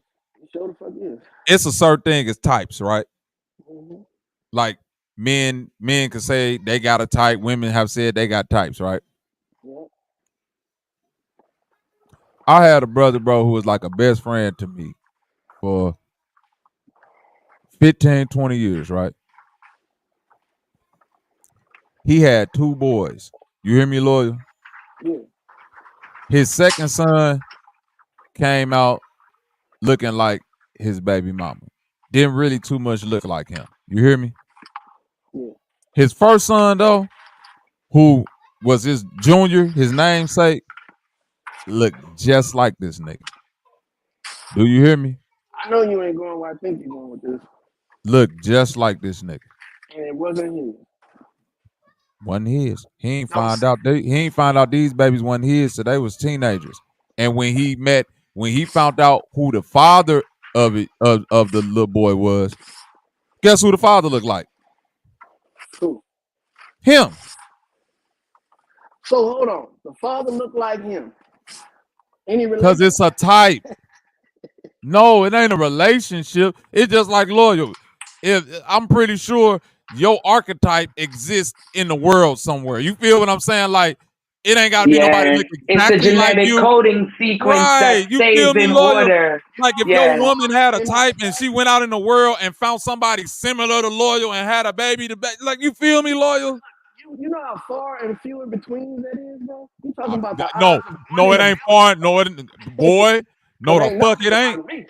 No, the fuck it ain't. No, it's not. No, it's not. It ain't Not that when you far got and few in between. 5,000 Kardashians walking around here. You could have babies with any one of these women. Kardashians like that. Now, listen, Loyal, what I'm saying is this. Loyal, what I'm saying is this. It ain't hard to be like, okay, Loyal height, head size, nigga with your nose kind of like it. You feel me, Loyal? That exists. I ain't saying your fucking twin. I'm saying it was a nigga look like him. It's a nigga out here that look like me. It's a nigga, it's a woman that look something like Mama Sekhmet. You feel what I'm saying? To where if Mama Sekhmet baby daddy went out and found her and had some kids, them kids might end up looking like Mama. She be like, what the fuck? Why these babies look like me? Because the new baby mama look like you. Yeah. That's the goal of achieving. That's the type. The phenotype is what it is. It's the type. It's a phenotype, bro. This shit exists. Like people find that. So what I'm saying is, I seen somebody go through that to where nigga that baby came out. That's and nigga, why you see that in Nigeria. You would have to be playing that. the game. You had to be playing the game to say that wasn't his child. Look at the men in Ghana. All them niggas look alike. All them niggas in the Ghana and Nigeria even in the look village alike. with all the women. All the women got the same smile. They all got the same butt. And all the children look like sisters. Like that's just crazy in Africa the way they do it. Shit over there because a baby will come out looking like you, and you'll be like, "Well, I guess it's my child because it looked like me." But come on, no bonga. Let's sit down. 10 niggas up the street look like you. You feel what I'm saying? So it's like you are unique to yourself. Like, Lord, I'm gonna be for real with you. People have a tendency, and this one I like. How you view yourself, like when you look in the mirror, Loyal, how you view yourself ain't how the rest of the world view you. Like, that's one thing we know, right? And we can't necessarily, and I don't know what this called, but we can't necessarily process our images of our own faces unbiasedly. You feel me, Loyal? Mm-hmm. So it's almost like you ever met somebody be like, man, I met somebody look just like you, and then they show you the person, be like, this nigga don't look nothing like me, because you can't, you feel me, Loyal? Yeah, but look, it's not the person that's saying that you don't look like them. It's the person that's identifying that you do look like the person is what we're going off of. Because you No, have no, to no. know I'm that saying you saying that you say like you would say, man, I don't look nothing like this person because you know what you look like, but you're not the outside observer. So you don't know if you look like this person or not.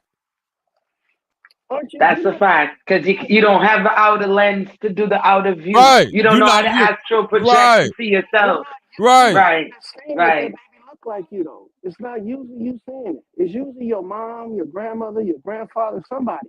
No, you missing my point, lawyer. I'm not no lawyer. I'm on a different. You got to keep up with the examples I'm using. I'm talking about just in everyday life. Come here. It could be like when I was staying in Atlanta. Come here, son. It was I went to this. I used to go to the restaurant all the time, and one day you guys, my wife. One day I was in there, and one of the brothers was like, "You just left out of here, order some food." I'm like, nigga, I just coming in and getting some food. And he was tripping because he was like, bro, I swear to God, you just came in here and ordered some food. Remember that, baby? They was tripping hard because they was like, nigga, what's going on? Like, you just ordered some food. So, come to find out, then what happened was one of the dudes came to me probably like a week later, was like, hey, bro, you holding the kickboxing class? And I'm like, what the fuck are you talking about? They was like, bro, you handed me the flyer for your kickboxing. I'm like, nigga, I don't do no fucking kickboxing. So then come to find out, it was a nigga that everybody said looked like me that was in the area. And I had never met this brother before. And then one day me and him ended up being in the store together, right? This dude, and we looking at each other like, nigga, we don't look like each other, but we not outside of each other. You see what I'm saying? And we ended up being cool. Me and the dude ended up being cool. But from that day, every time people would see us, and my line, Motek, anytime people would see us, they'd be like, bro, are you serious? This ain't your brother? Y'all not related in no type of way? I'm like, nah, I don't even know this nigga. They like, bro, this nigga could be like your fucking brother or something. But me looking at him and him looking at me, we don't see it. Like, I don't see what people see. But again, I can't see outside of myself. So in that scenario, if some shit would have happened to where, you know what I'm saying, a baby would have came out and then it's, you know what I'm saying, his girl is my baby or my girl, his baby, then the baby just end up looking like me, how the fuck would you see what I'm saying? Yeah, how you People exist explain in the that? world. Like, nigga, People, you about to because lose your whole leg. but listen to me, loyal. What they're seeing is, what they're seeing is our brow line, our forehead, our nose shape, our, you know what I'm saying, similar mouth type, similar jawbone type. These are things that make up a face, bro. And if you got those things kind of similar with a person, and a motherfucker got that, like that type of face is attracted to them, and then they go out and have a baby with a motherfucker that look some like you, similar to you, maybe, or something like that, nigga, you will be fucking fooled. Yeah, but bro, why would you have to even ask about that if you didn't have some other underlying suspicion? What you mean? See, this is the thing. No, lawyer, you missed my point.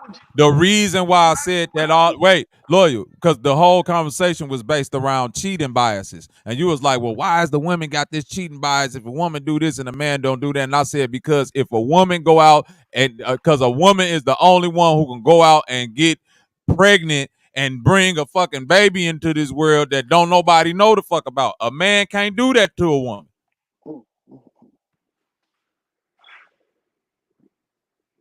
A woman will have to accept that. Like you said, the woman will have to accept being a stepmother. She will be given the decision. It'll be different if a woman went out cheating and said, hey, I got pregnant, I don't think it's yours. That shit ain't happening. Mother go out, get pregnant, just raise the baby, and nigga, one day, 15 years later, nigga might be sitting on the couch like, wait a minute. You feel me, lawyer? That hit different. I feel what you're saying.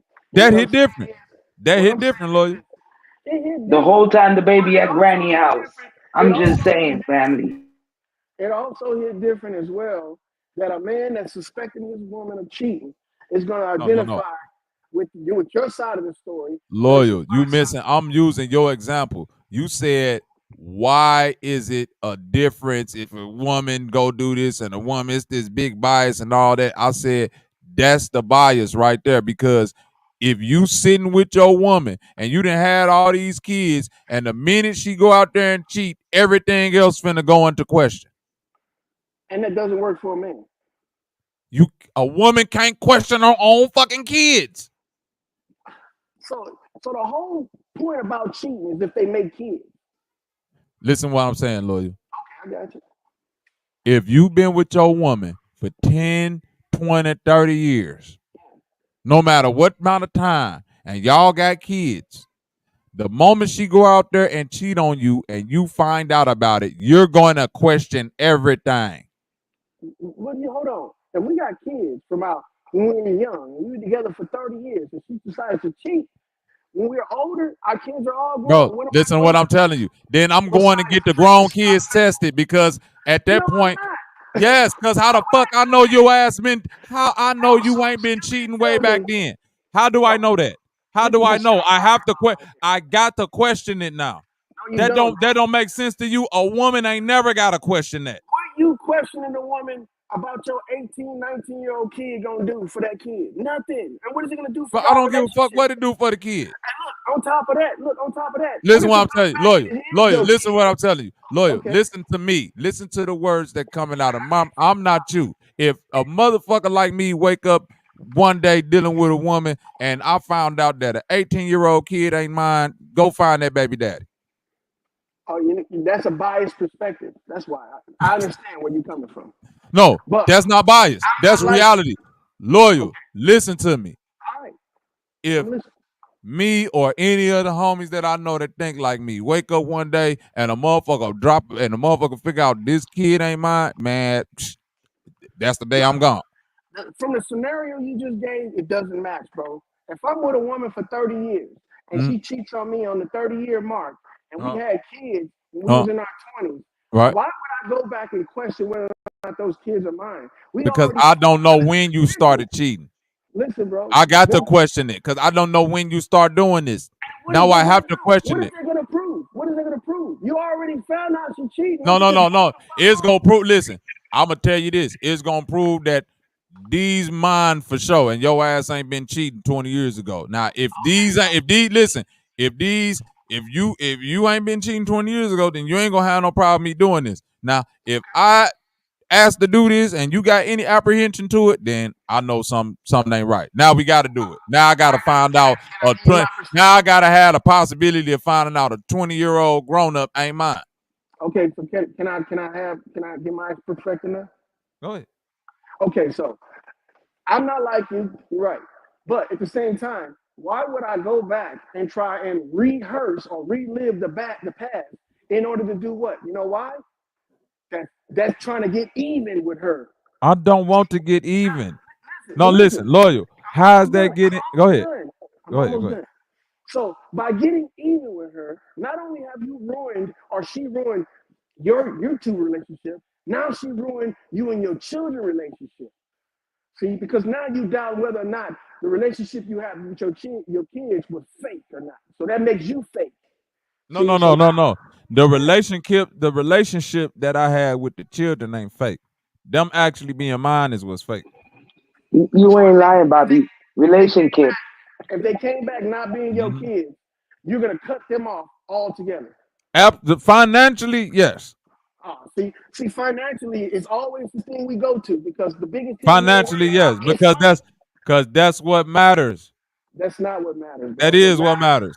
That is what matters. Listen, Loyal. Listen to me, Loyal. Check this out. Same scenario. I just said because a funky bitch ain't gonna come to you and say I cheated and this baby might not be yours. You hear what I'm saying? So let's get a DNA test. Hold on, stop, Mama Segment. Listen to me. It'll be a difference. It'll be the difference. You want to know what the major difference in that situation is, Mama Segment? You don't know what the major difference is. What's that? Because in the second scenario, if the female come to me and say, this what happened, this might not be yours, and we ended up finding out that this not mine, I will still be there emotionally for that child, knowing that financially it's another man that got to take responsibility for this bullshit, and I ain't left out in the dark. Because what you just said, loyal, Yeah. time is That's money, honorable. right? Now, if I invest time and money into a child that ain't mine and a motherfucker got a motherfucking nigga that done got this goddamn thing for nothing and he ain't had to invest nothing but this his legacy that I'm propping up. Because at the end of the day, we talking about this gonna be this man legacy that I put out in the world. Yes, it is. Yes, it is. That's his legacy, bro. That's his legacy. Man, you don't understand, bro. That's his legacy. doesn't The same, bro, loyal. The same way I said my baby come out and smile like me and do different things like me and all of that shit is no way you go break away from that baby coming out and doing things like its father. It's certain things that you go look at and be like, that's weird. I don't do that shit. So that's legacy. That is legacy. A part of that is a part of your legacy. Yes. Nigga, Shaquille O'Neal talked about his daddy Shaquille O'Neal talked about his stepdaddy his whole life. My stepdaddy was a general and he raised me. He was a great man and he did this and I just want to give him all the props and he raised me as a man and he was my father and treated me like a son and this and this and this and blah blah blah. Man, when that nigga died, Shaq went right back to his real daddy and did everything like that. Loyal. I'm a sick man. Do you know how salty I'll be as a fucking man if I did all this shit for my son and then when I died, this nigga just went with his stepdaddy? Fuck that. The man is dead. Just went to his real daddy and just did what he got to do. I don't give a fuck if I'm dead or not. Look, he gave him that is kind of fucked up. When he gave him his flowers when he was alive. But that don't change the fact that his real daddy honor me in death. I'm your real daddy. Nigga, it doesn't change the fact that man real dad was still there. I'm your real daddy. If I financially take care of you, I'm your real daddy. That other nigga don't exist. If I do all that shit for a little nigga and he grow up and say he want to go find his real daddy, that's why that shit dead in the first place. Real daddies don't take stock in monetary value. Real daddies take stock in a child, bro. And that's why that shit be bullshit. That's why I say you gotta leave all the motherfuckers out in the street because relationship that shit you just said, relationship shit ain't paying for nothing that a child needs. I think he's just fucking with you right now. I'm dead ass. You ain't dead ass, nigga, because you know for a fact relationships are not built off of what you can put into them financially. They're built what you can get out of them morality. Yes, they is, bro. No, it ain't, man. It's all about what you can get out of it morally and fucking what you can get out of it personally. That's what a relationship is. Loyal, check this out. Loyal. If that shit was true, then all of these motherfuckers that's trying to put babies off on niggas who got the bag versus bum ass niggas who got all the time in the world to be with them kids wouldn't be doing that. And what is better or worse? Sicker. Y'all just go take the baby. Go take the baby to the motherfucking proper people that can take care of the baby. Why do the baby need to be around somebody that can financially take care of it when it's somebody that can be there all the time? People take care of babies without being financially stable. You know that, right? When I first started having kids, I just said that. So if a motherfucker have a baby outside of they little shindig, take that motherfucker baby and go take care of it with who you had it with love and care and not finances. She had it with you. You just say no. She had it while she was with me. And that's why I left. And that's why I left. That's why I left him, Bobby. That's exactly what I said to dude. That's what I said to dude and shorty. And I left, Bobby. You hear me? I walked away, bro. Dead ass. Good shit. What you said, Loyal? Hey, let me say this to Loyal. This nigga don't know about the legacy, boy. The legacy in the blood, my nigga. There we go. Talking about talk about it. Bang, he don't know this shit go to the blood. My nigga. What are you talking about, bro? Yes, the fuck it is. Legacy is in your actions, bro. No, it's not. Because you want to know what? No, listen to me. Okay. I'm going to give you a perfect example. Go ahead. I have a stepfather and a real father. You hear me? You hear me, Loyal? Yeah, I hear you. My stepfather has been raising me since I was about 6-7 years old. You hear me? Gotcha. Everything that I can possibly say that I know as being a responsible man when it comes to finances, taking care of a home, how to look after my family, how to fish. You see what I'm saying? Shit like that. I learned all of that shit How to from be a him. dad. How to be a father. How to be a father. How to be a father. Certain aspects on how to be a respectful. All of that shit. Right? You hear me? I heard you. I heard you. When I turned old enough, I was like, I appreciate all that shit, my nigga. Where my daddy at? Okay, now look, let me can I Loyal. It's a thankless job. You hear me? Can I step in? You hear me, Bank? I said, I appreciate all of that, my nigga. I need to go see my daddy because you don't even look like me, cuz I need to go be around a nigga.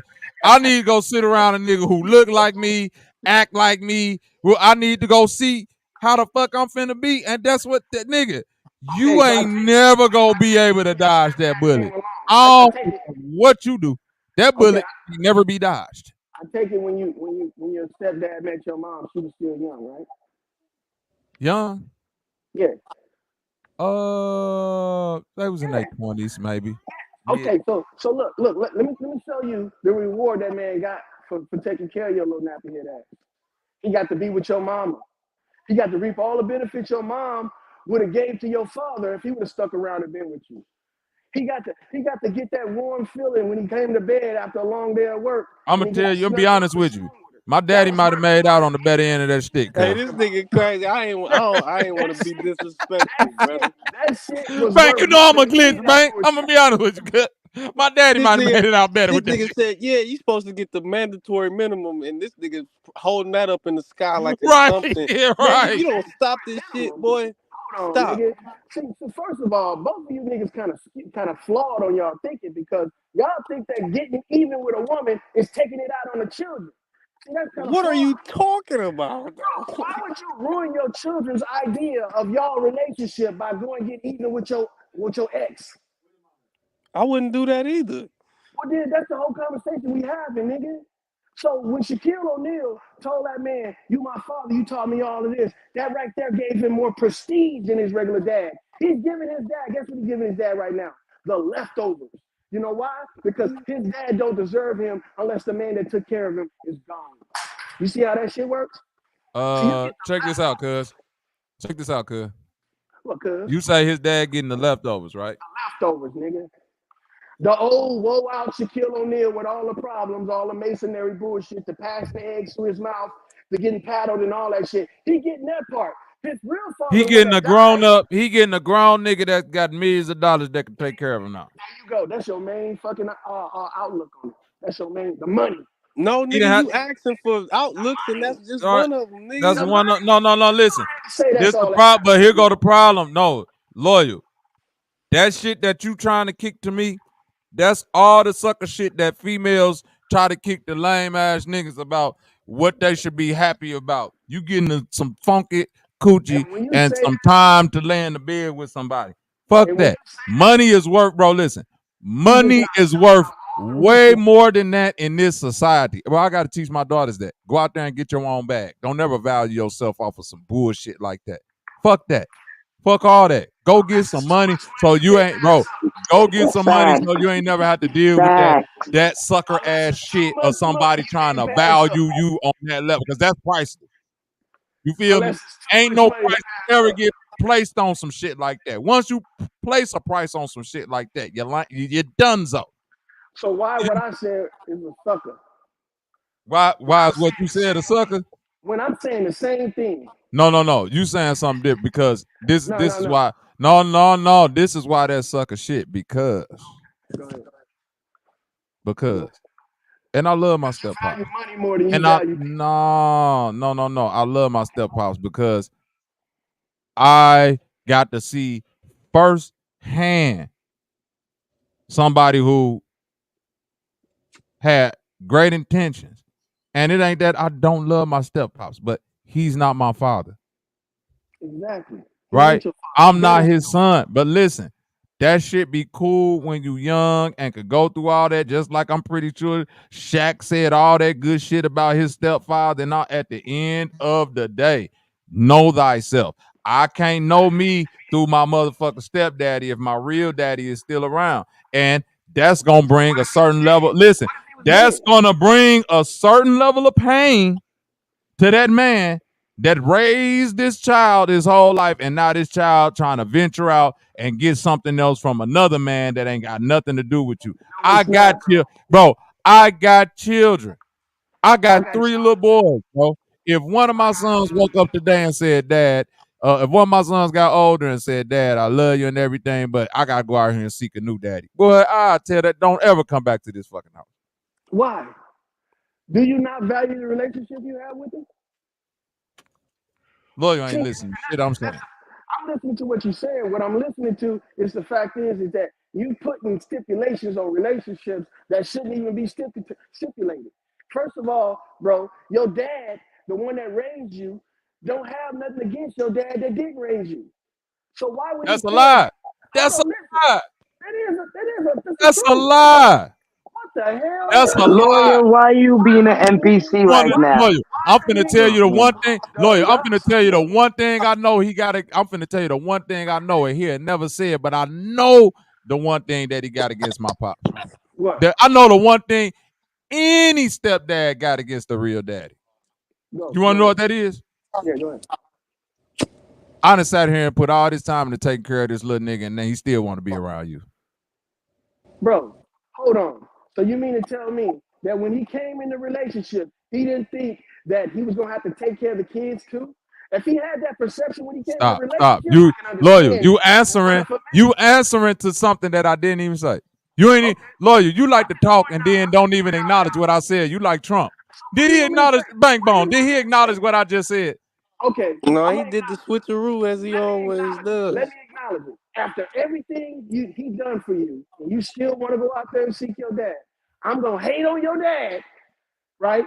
Because this nigga ain't never been there. This nigga ain't not saying he ain't never been there, but this nigga ain't had to teach you how to fish. He ain't had to stay here in this house and listen to your motherfucking mama all this time. Like what I signed up for seemed like it was better at the time.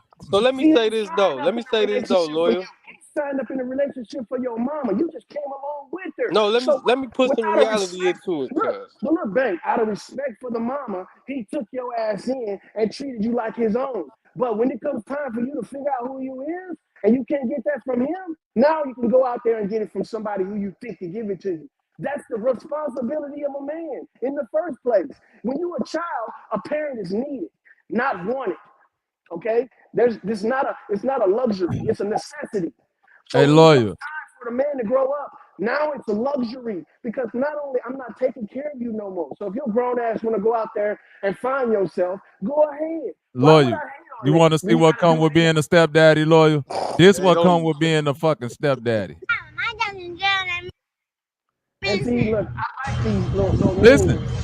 Oh, look at daddy. He's not my grandma. Really, Ava? He's not. My dad's in jail and I miss him. That nigga got look at that. Nigga, I would have took that bike and kicked that shit in the street and said, nigga, and look, fuck your jail daddy. And this is when the mama's supposed to be like, you the wrong nigga for me. And walk good, because I am. What? Hey, no, listen. The mama should say, I'm the wrong nigga, and guess what I'm going to say to her? The right nigga locked up. The right nigga is locked up. It's like a 50-year-old nigga fighting with a 3-year-old. Give me my He ain't say he was gonna do nothing to the child, nigga. Bro, he picked the bike up and I'm taking that bike back to the fucking store. I'm not finished fixing that bitch. Why would I finish fixing? I'm not finish fixing shit. With a child. What are you talking about? They lawyer, don't this is Joe. Me, nigga. Loyal. You missing the point. Okay. It ain't that I'm finna get into it with the child. I'm accepting at that point the truth that is coming out of the child's mouth. Children are speaking the truth constantly, and people want to act dumb. What that baby say, Bank? You not my daddy. And what was his case? Closed, nigga. I'm sitting here. Listen, I'm sitting here doing everything that a daddy supposed to be doing just for a motherfucker to look at me and say I'm not the daddy. That's my case to leave, because that's never going to change. Get on then, nigga. That's that right there ain't never gonna change. So why would I listen? Why would I put myself? Listen, even listening to what that little girl said, she's beautiful. But whatever is going on in the mind of that funky ass mama and that child, for the child to look at a man that's obviously been around fixing her bike to be like, that ain't my daddy in jail. Listen, baby girl, hey, I'm pulling them out aside, baby. Whatever y'all got going on with jail daddy and all of that, that's cool, but I gotta go. I can't even take that type of disrespect. I ain't even gonna put up with it. You mean tell me I'm sitting here fixing bikes and shit just for a motherfucker to say, oh man, my locked up daddy would be doing See, it better than that this. was my Oh, yeah. point to what you were saying earlier, though, because when Lawyer was trying to act like the nigga wouldn't feel no type of way about it, but that's the reality that you gotta interject. Like, yeah, I'm accepting that. Yeah, I'm talking to you. You got a baby daddy in jail. I know that, so I'm not gonna be mad that he take care of his child if he does. But when the motherfucking child say, yeah, you ain't my daddy, and I don't give a fuck about you and That shit while shit you hit fixing different. the bike, it hit different, nigga. That's what we saying. Like, he's gonna feel a way about. Because you a sensitive ass child as well. You ain't no man, because a man That can ain't no handle it. sensitive child. That's just reality, nigga. My real child ain't never gonna say that to me. So let me go find some real babies. So, yeah, go find some real babies. My real baby can't never say you ain't my daddy. Pretend that you're a man. Stop trying to pretend that you're a father. Go be a real father. No. That's a stepfather. That ain't pretending to be a father, is a stepfather. Bro, a stepfather will overlook the decisions of a child when they know the truth. What's the truth? If I'm a real father and I know that I'm not your dad, when you say that you're not my child and I'm not your dad, why would I get mad at that when I know it's the truth? Because niggas love the lie. Niggas love a lie. No. That ain't the point. Daddy, please tell me, because I can't live and do things That for you ain't because the without point. that acknowledgement, I'm not That your ain't dad. the point, cuz. That ain't the point. It's not the point. You right. You just facing the fact that you a simp. No. All of that has to do with something respectful with the mother. That's what I'm saying. All this boil back to all of that, bro. You not gonna get the same type of respect. You right, my bad. You right. You feel me? That's all I'm saying. I'm not putting this, bro. That child speaking like that because the mama speak like that. You right. You sure the fuck right. That ain't your daddy. She ain't saying that shit because that baby thought about that. That child speaking like that because the mama speaking like that's why I'm saying that nigga be better off leaving, bro. You ain't finna never get no respect in that situation. Hell no. She probably made that video to show that she could teach her child to respect her daddy. Bro, she probably made that video so she could send it to the nigga locked up to say, hey, you see how I got that nigga, that your baby still calling you daddy now. Yep. Hey, that's trim though. That nigga trim, baby. When you He get trim, out, so look, the nigga that's there, he is simp because he don't know that he's playing the wrong role. Exactly. This is a perfect example of a simp, if there ever was one. Well, there you have it. But y'all was just giving him props though. I ain't give that nigga not near a prop, nigga. I ain't never give that bitch ass nigga no props, loyal. This No. nigga came off the bench to get in the game to get a nigga free. No, he came off to show you what'll happen when you try to play that simp ass role, talking about I'm finna be the daddy and the stepdaddy and show love. Them kids still gonna be like, you ain't my daddy, bitch ass nigga. Get out of it. Look, nigga, if I'm with a woman and she got kids, and my duty to be with that woman is to make sure that I'm comfortable. So let me tell you this, Loyal. My fault to cut you. When I instantly watched this video, I only thought like, damn, her dad in jail gotta be that nigga. She just, it's a nigga right here fixing the bike. And I don't give a fuck about that. I just want to see my actual dad. Come on, my nigga. You know what I got? Ain't nothing about this video bigging up the nigga fixing the bike. It's all about the nigga that we don't see. So what the fuck? Like, what the fuck, man? It's a thankless job, Loyal. I respect what she's saying, Bankroll, but at the same time, when I saw that video, the first thing popped in my mind, she trying to get at that nigga. She trying to get even with that nigga. The child? First of all, even with who? The woman trying to get even with that nigga that's fixing the bike. First How? of all, how's she trying to get even when she say, oh, look at daddy fixing your bike? That ain't my daddy. Knowing that the kid gonna refuse the fucking fatherhood of that man. Knowing it on camera. I kind of agree with that. Like, when she was like, oh, Ava, why you doing this? It's like she done this before. You said this. Yes. So I kind of do agree with that. Loyal. I never disagree with that point neither. Why you think I just said, Loyal? The daughter only speaking like that because the mama speak like that. I never disagree with none of that, Loyal. You didn't. I'm not So all I'm saying is, throw that motherfucking bike down and get your shit and leave. Why you got a clown like that? A man Because you want to know why I got a clown like that, Loyal? You want to know why? Because the little girl basically told you in so many words, when my daddy get out of jail, he finna come over here and fuck my mama. You gotta leave anyway. How the baby know that, dog? When the Okay. baby taught to say some shit like that. First The of all, baby just told you that. The baby just told you that while you fixing a bike. You not my daddy. Exactly. So what you think? So when the daddy come home, what you think finna happen? Look, on the premise of the mother teaching when her. daddy come home, what you think gonna happen, Lloyd? Oh, she gonna fuck around for sure. So why the fuck would you stay there? I'm not saying stay there. I'm saying get the fuck on. But you ain't gotta throw the bike for the kid. A nigga with respect and pride gonna be like, you know what? You're right. I'm out. A nigga with respect and pride is gonna take that bike back to the store and say, wait for your daddy to get out of jail to buy you one. Why because it ain't gonna get even with the dad or the mama. It's gonna get even with the kid. That's what you're trying to get even with? No, I'm trying to get even with the mama. By taking the kid's bike back. Who is this my bike. Is gonna hurt the mama? This my bike. No, listen. No, listen. This what I, and this, here go a part of life that this finna fuck some people up right here. It's certain level of hurt that I'm okay with children going through. Mm-hmm. It's certain levels of hurt and disappointment that children have to accept. Yeah, if we can accept it, then we can accept other things too as well. No. We open the door for acceptance. It's certain, like, listen. I don't accept somebody should have been told that baby. Somebody should have been told that baby that was sitting on the porch, your daddy ain't coming. The fact that you keep sitting that baby out there saying, oh, maybe next week, baby, you playing with that child. You feel me, Loyal? I feel you, but is that the case? Somebody should have ripped the Band-Aid off and said, we not finna do this silly ass shit no more. This nigga do this nigga did this 2 weeks too many times. He not coming. If he happen to show up, then it'll be a miracle. Until then, we finna focus on something else. Rip that Band-Aid off, let that child go through that little hurt, because when they get older, it's gonna fortify them. That's my belief. What situation are we talking about? I'm talking about the child, the little girl, realizing that my mama ain't shit for putting me on camera in front of a nigga that's fixing a bike for me to do this shit. And I don't understand it now, but when I get older, I'm gonna understand how ain't shit my mama is. Hey, they got videos of them niggas eating dinner and shit now, though. It's funny. At the same time, if that nigga look at that video when he gets a little bit older and wiser, he gonna hate himself for doing that shit to that little girl. Because it ain't the little girl that he should have been mad at. It should have been the mama.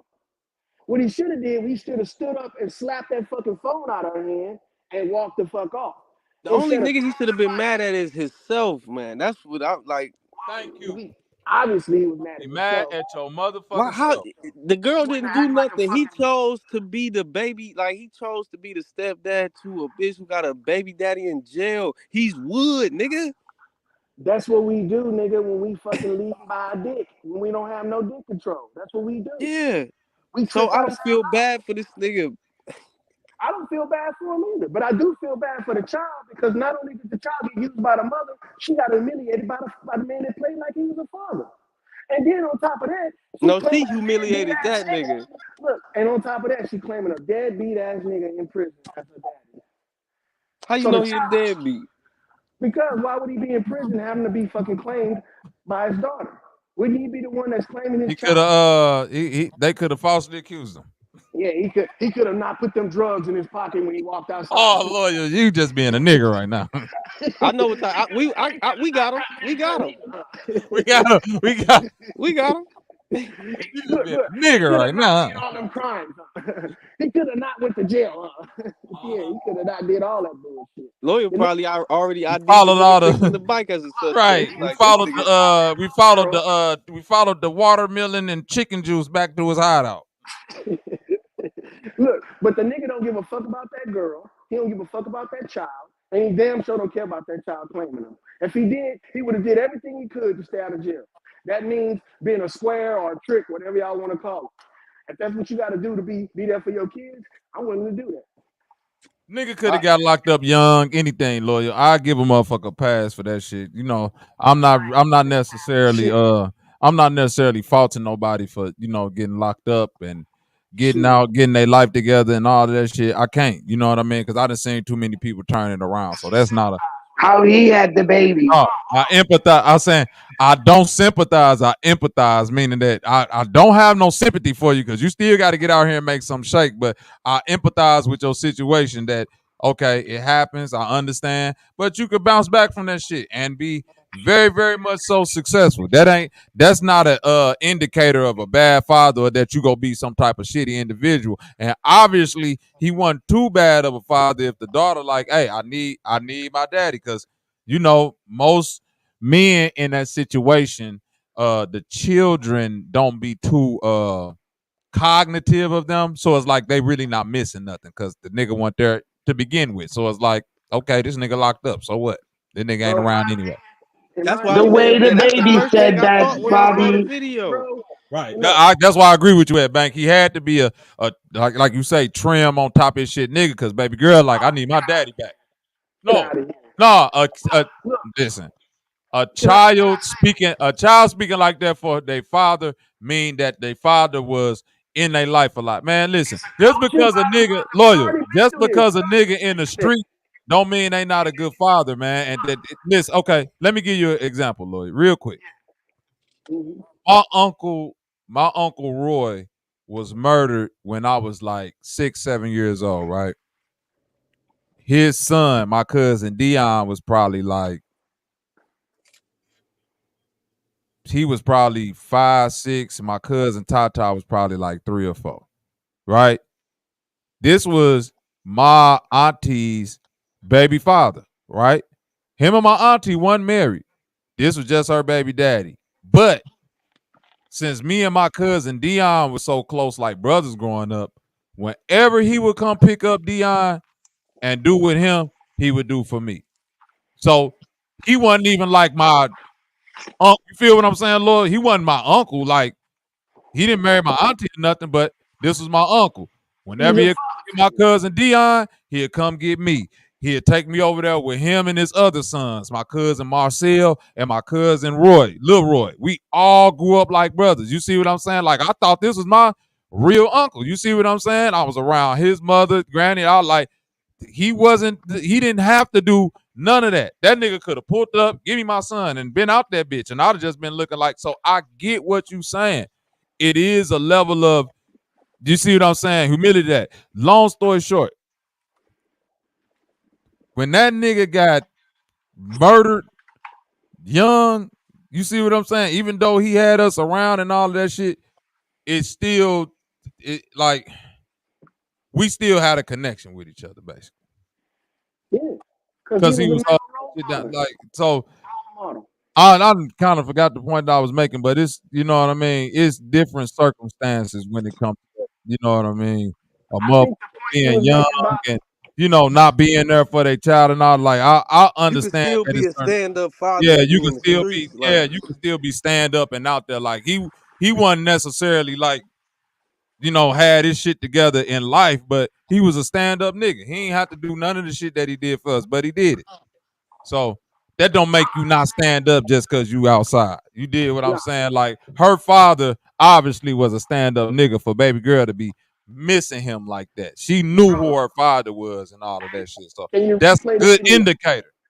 Can you replay the video? And I'm gonna show you why that was a condition. He's not my grandma.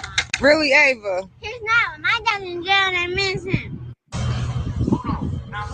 Oh, look at Daddy. He's not my grandma. Really, Ava? He's not. My dad's in jail and I miss him. Okay, now look. Straight up, bro. Oh, look at Daddy. He's not my grandma. Really, Bobby, Ava? Can I say something? My dad's in jail and I miss him. I don't want to speak over the video. Oh, look at Daddy. He's not my grandma. Really, Ava? He's not. My dad's in jail and I miss him. Look, in other words, the little girl knows everything about her daddy's location, and you think she knows that by herself? Her mom told her that. That's coaching. That's what I was about to say. That little girl is saying what she heard the mama say, whether it's in anger or How you know the whatever. grandmama ain't say the nigga was in jail? She said where the dad was in jail at. A little 5-year-old girl, 5, 6 The year way old the girl. little girl said that, that's how she heard somebody say it like that. Yeah, your daddy over in Kiefer Elementary, he over there at the prison. Your daddy ain't here. Your daddy locked up. Yeah, Or and she yeah. told her where. Look, she went Yeah, as the far as way to she tell her said those, where. Bobby, somebody said it to her. She heard somebody say that. She was eavesdropping, whatever it was. She heard Or somebody say that. What if he And just is called now her on the jail repeating phone? what she Like, heard no, bro, listen. Let me to if he her tell you. own tapping little in, he child gotta call her on prostitute. the jail phone. Hey, Bank, look, listen, Bank. I can get what Bobby was saying about his uncle, and that the man took him and did for him like he did for his son. That's a good man, yes. And he probably was out there in the streets. But he had one thing that that man that she talking about in that video didn't have. He was there. He was present. He was there. Even though that wasn't your uncle, Bobby, he was still there showing up like he was. But the nigga that's in jail, he ain't showing up at all. Fuck that. That nigga Yeah, ain't getting not no. at this very moment, but what we saying is the indication that she missed him so much shows that he was there when he was able to be there. You Meaning can't that tell if he that had the child was chance to be there regurgitating. now, he probably still would. Bro, you can't tell that that child was regurgitating at something that she heard I and don't somebody know. coached her. Yes, nigga, you can't tell that. My daddy is in jail. He over at such and such jail. When is She the ain't child even told said you? Is what jail. regurgitating something, huh? Yeah, look, she did So say child, it. they She can't said it at the create end. their own thoughts at all, nigga. To know the actual location where he locked up at? Come If on, he bro. calls her on the jail phone and tap in with her, she's gonna know where the fuck he at. What do you mean? Can a child accept a jailhouse call? No, you're gonna put him on the phone. Hey, your dad on the phone. So Yeah, I when miss she you. Blah get blah put on blah. the phone, Whatever. Like, when she get put on the phone, when she get put on the phone, they're gonna say, "This is your daddy from Kiefer medical facility or prison facility." children Then the ain't nigga gonna start stupid talking. though. Like, But look, bro, listen. What I'm saying is, when a child get on the phone and talk to her dad, all she know is she talking to the man she think her dad is. That's I how know children single are. mothers that still drop the kid off at the daddy's mama's house, meaning that's his mama. He can call his mama on the jail Yep. phone and talk to the child. Like, what are Yep. you talking I about? understand that, nigga, but at the same time, you gotta understand, kids only repeat what they told or what they see, The not nigga's what mama's gonna tell the they listen. child where the nigga's at. They not working off of Like, personal experience, man. To be able to break that whole statement down like that child fucking did, bro, it's because she's been conditioned to do it. Because she was told repeatedly to say it like this, say it like that. That ain't my daddy. My daddy over in Folsom prison. Nigga, they don't even know the concept of what Folsom is. But to name it like that shows that she was conditioned repeatedly to say it that way, bro, by the parent. And the parent we talking about is what? The bitch ass mom that put that child in that position and is taking advantage of both them men because that hoe can do it. That's right. damn. Well, Damn. we here now. Okay, loyal. My bad. You okay, nigga? Basically, My bad. My bad. I My want to know how apologies. y'all think. Like, I get that she's been conditioned, but I don't get how you could pinpoint and say it's the mama though. Like, I get it. It's a Because the mom child. initiated the conversation. Don't you think if the child wanted to bust that man out and say, "You ain't my daddy," she would have said that before you even started fixing on the bike? You ain't my daddy. Why you touching my bike? That's what the kid would have said, right? No, cause the mama introduced like, oh, dad's fixing, or I forgot even what the fuck happened, but whatever, man. I got a perfect memory. I'm gonna tell you what that hoe did. That hoe came out there saying, "Why don't you go fix my daughter's bike?" And the daughter was out there and she was innocently watching the man fix the bike. And then here coming this trollop out the house with her fucking scheme videotaping, talking about something. Look at daddy. See, this is the shit that women that are scorned, that are broken, do to men that are trying to build a relationship with them. And they make them a simp, and they make the men that they fucking using to be used in this situation as simp as well. So both men This are nigga simp. just made a Tubi movie plot. Like, I don't know what. Nigga, that clip was 5 seconds long. What the fuck are you talking about? I got a vivid imagination. I'm telling you. I can imagine that bitch doing that. Now you tell that nigga that he ain't your daddy and where your daddy at, baby. Now tell me what you gonna say. My daddy is incarcerated prison. That ain't my daddy. You know what I'm saying? No, say it like this, baby. Because I was done like that when I was a kid. When my mom tried to get back at my dad, she would tell me shit about my dad that she knew that a kid would just bladder out in public. I don't got a lot of wisdom on this nigga. My mom and dad married, nigga. I don't know. My mom and dad weren't married. But I'm married. I made up for both of them. I've been married damn near 30 years.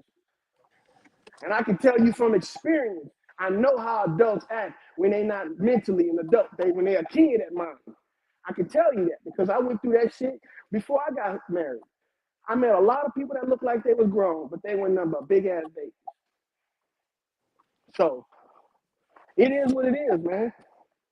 But I think by turning a blind eye to this shit, we allow it to happen, and then we look at the fruits of our labor. And this is what we got right now. We got a fucked up ass society. We got a generation that don't know who the fuck they are. And we got a bunch of motherfuckers that's walking around saying they want to lead, but they only equivalent to be followers. See, so when we come up out of this mindset and we start taking accountability for what we accept and what we don't accept, then we'll start moving forward as a people. But until then, fuck a tribe, nigga. Fuck a Black History Month. Fuck all that bullshit. They can kiss my ass. See, because they're the ones perpetuating this shit. Ain't nothing special about being Black, especially if you don't make it special being Black. No, I'm with you on that. I don't got no people. The only people I got my last name. Okay, I got you. I mean, I got a community of motherfuckers.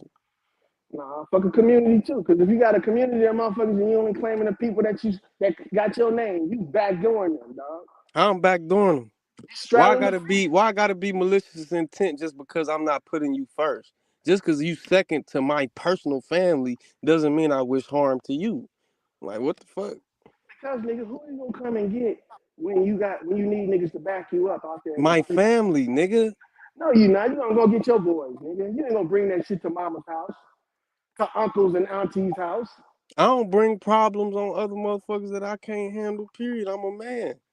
But that's what friends are for, huh? I don't make my friends handle my trials and tribulations, nigga. Nigga, shut up. You know you'll go get your boys quick as fuck if you get your ass jumped. I ain't gonna put myself in a position to get jumped, nigga. Nah, that's the smart thing to say right there. That's all I'm saying. So look, I wouldn't even put myself in a position to have to call niggas to put something down. Like, we just moving more polished than that. You're right. That's how most people should be moving. But they not, nigga. And we watching them go through these moves, and we saying, you know what, you're fucking up on that, but we ain't stopping them. And see, the only thing we have to stop them with is our acceptance. And we accept the shit, we condoning it, and we helping them out. That's all I'm saying. That video that we just played probably got over 1 million views, or close to it damn near.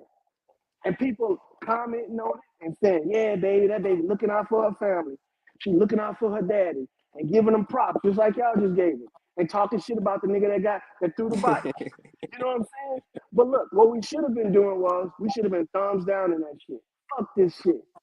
No, I still thumbs down it, but you got to see the light in the darkness. The light in the darkness is her dad at least made a good impression on the child.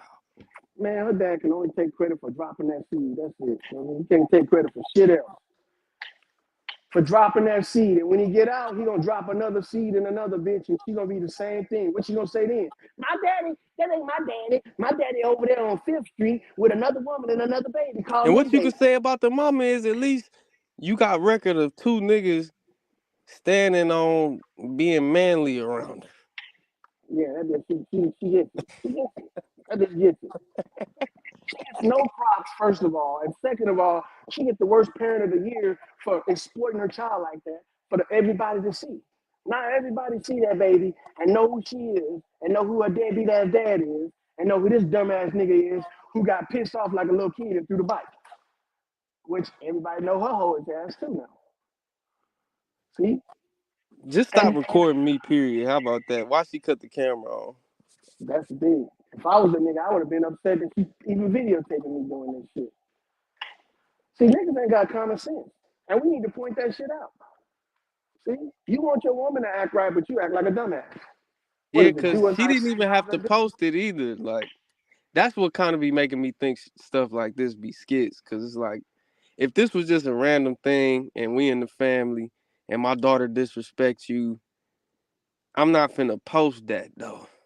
We Exactly. gonna have that in the archives, but if not now, I'm disrespecting you by posting it. Like, you feel me? And look, not posting it on one platform. She posted that shit on TikTok, cause y'all, that's on YouTube, right? No, that shit just went viral because that's a clip of an old clip. I just knew what to type in to find it. Yeah, I know, but I saw that shit on Instagram a couple months ago. Yeah, that shit just viral now. Yeah, so she making money off the shit, and not only that, she don't care who she fucking. She don't care who's fucking her or who's playing daddy either. So this is shit that we gotta fucking identify and disassociate ourselves from, man. As a people, we can't be sitting up saying yay or nay about shit like this. This needs to be a straight up nay. The bitch wrong for this shit.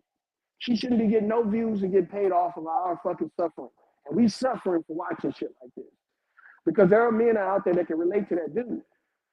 You see what I'm saying? There's men out there trying to do the right thing that can relate to that dude and can see themselves trying to do the same thing and get humiliated like that. But that's why the video went viral. Yeah, play off a niggas' emotions. Play off their pain. That's what this shit all about. It's all about getting even. And that's what it seems like. Everybody trying to get even with each other. When we need to be worrying about what the fuck we doing. If my wife go out there and cheat on me and fuck up our family, I take solace in knowing that I'm not the one that fucked it up. And I'm gonna do me. She gotta live with that. You know what I'm saying? She gotta live with that. But that don't absolve the fact that you're still gonna feel like shit about it. Of course, all people feel like shit when they get fucked over. But that ain't gonna stop my mood though. It ain't. I'm gonna still be a man. I'm gonna still be a respectful man with all my morals and all my dignity and respect. Now that's the cap part. Cap part. Come on now. That's all I'm saying, man. That's the cap. Listen, that's the cap part is this. This be the cap. You gonna want to stun on that bitch. Right. We live in a world, bang. We live in a world that's too the way that it is for this high moral standard to in the most strenuous and stressful situations is gonna come into play. Man, think about this, bang. I've seen niggas get into titter-tats conversation on this motherfucking YouTube, myself included, for shit way lesser than some of the shit that these motherfuckers talk about they gonna be stand up about. Ain't no fucking way. Niggas can barely be stand up about regular conversations. And this ain't you, Loyal. I'm talking about the average person is not finna be stand up in these situations.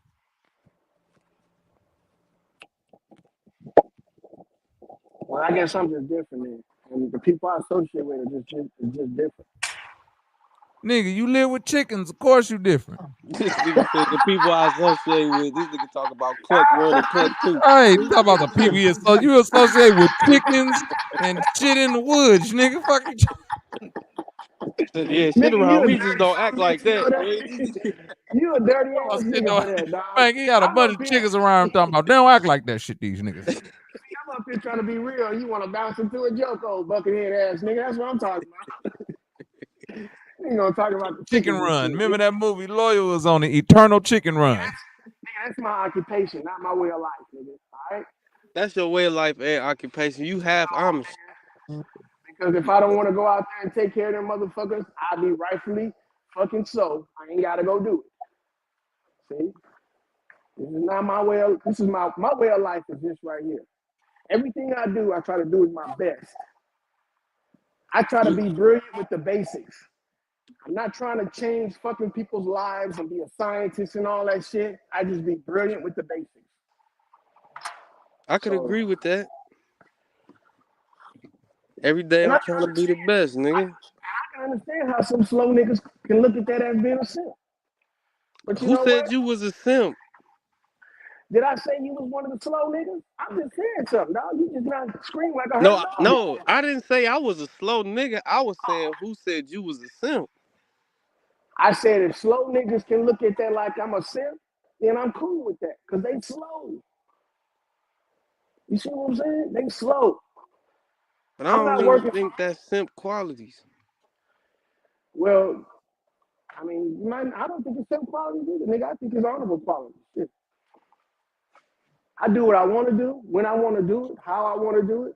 I associate with who I want to. You know what I'm saying? I ain't got no ties to anything or anybody. If I decide to get lost today, I can do it. And can't nobody stop me. I can't hold me to anything. See, because my kids raised, my wife taken care of, all my bills is paid. I don't give a fuck. I can disappear today and ain't nothing gonna stop when I'm gone. That's what I call honorable lifestyle. That's what I call real nigga. But most niggas look at it like this. If I can't control the bitch, then she ain't getting no money. You know, if them babies ain't mine, cut them niggas off. You know what I'm saying? Whatever happened to helping the babies? Whatever happened to saving the children and shit? That shit just went out the door when we dealing with bullshit that these people be doing. I can't save my ops, nigga. Yo, the kids are ops? Hey, any op that's connected with my main op is still an op. Goddamn, brother. I can't argue against that. I mean, that's your opinion. I mean, shit. No, That's how you feel. That's how you feel. I mean, I ain't gonna do no harm into the secondary op, but they not finna reap the benefits of my labor. So let's say that the kid, right? The woman told you that the kid wasn't yours, and the kid still want to be with you. How Right? old? How long? That matters. Let's say how the typical shit happens. It's usually happening when the kid's like 4 or 5 years old. The man finding out that his woman is a cheater and the kid ain't his. That's usually the story, right? So it's still some room for the kid to grow. If that's the case, nigga, right, and the kid still wants to be with you, right, and the mother is a hoe, then I'm not gonna refuse that child support. I'm not. So how does this relationship now work? Now that's how you gotta frame it, because I don't see that working no kind of way, especially if that's not my child and you not my bitch. Now, stamp, since you jetty, yeah, nah. How am I gonna connect with the child? All right, so check it out. All right, you know the kid's schedule because you've been working with them all this time. You know that they need school clothes. You know that they need certain types of things, as in, supplies for school. They might need somebody to talk to that understand their plot. You know what I'm saying? So They you need to be 4. there, huh? They 4. Yeah, they 4.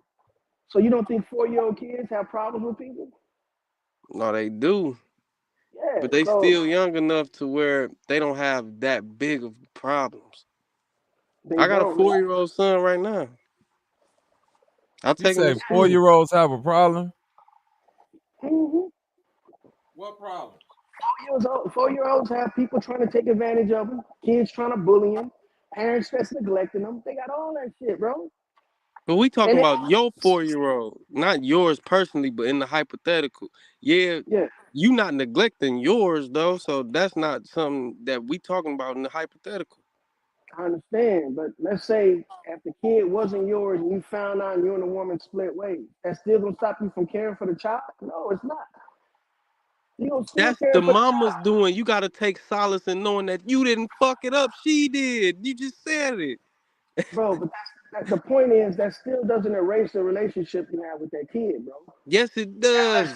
Unless you just a cold ass nigga and you can do it like that, by all You got to means, do wean that. yourself off. It's going to hurt you. I ain't never said it wasn't going to hurt you, but it got to benefit you in the end. And you invest in anything else, you got to cut your losses. This day trading talk. Cut the loss short. You got to do it. Facts. Kids Because ain't like because if kids. that baby grow up and end up being a fuck up or just some type of bogus motherfucker, the whole time you gonna be like, I wonder if this little nigga like his daddy, because this ain't my baby.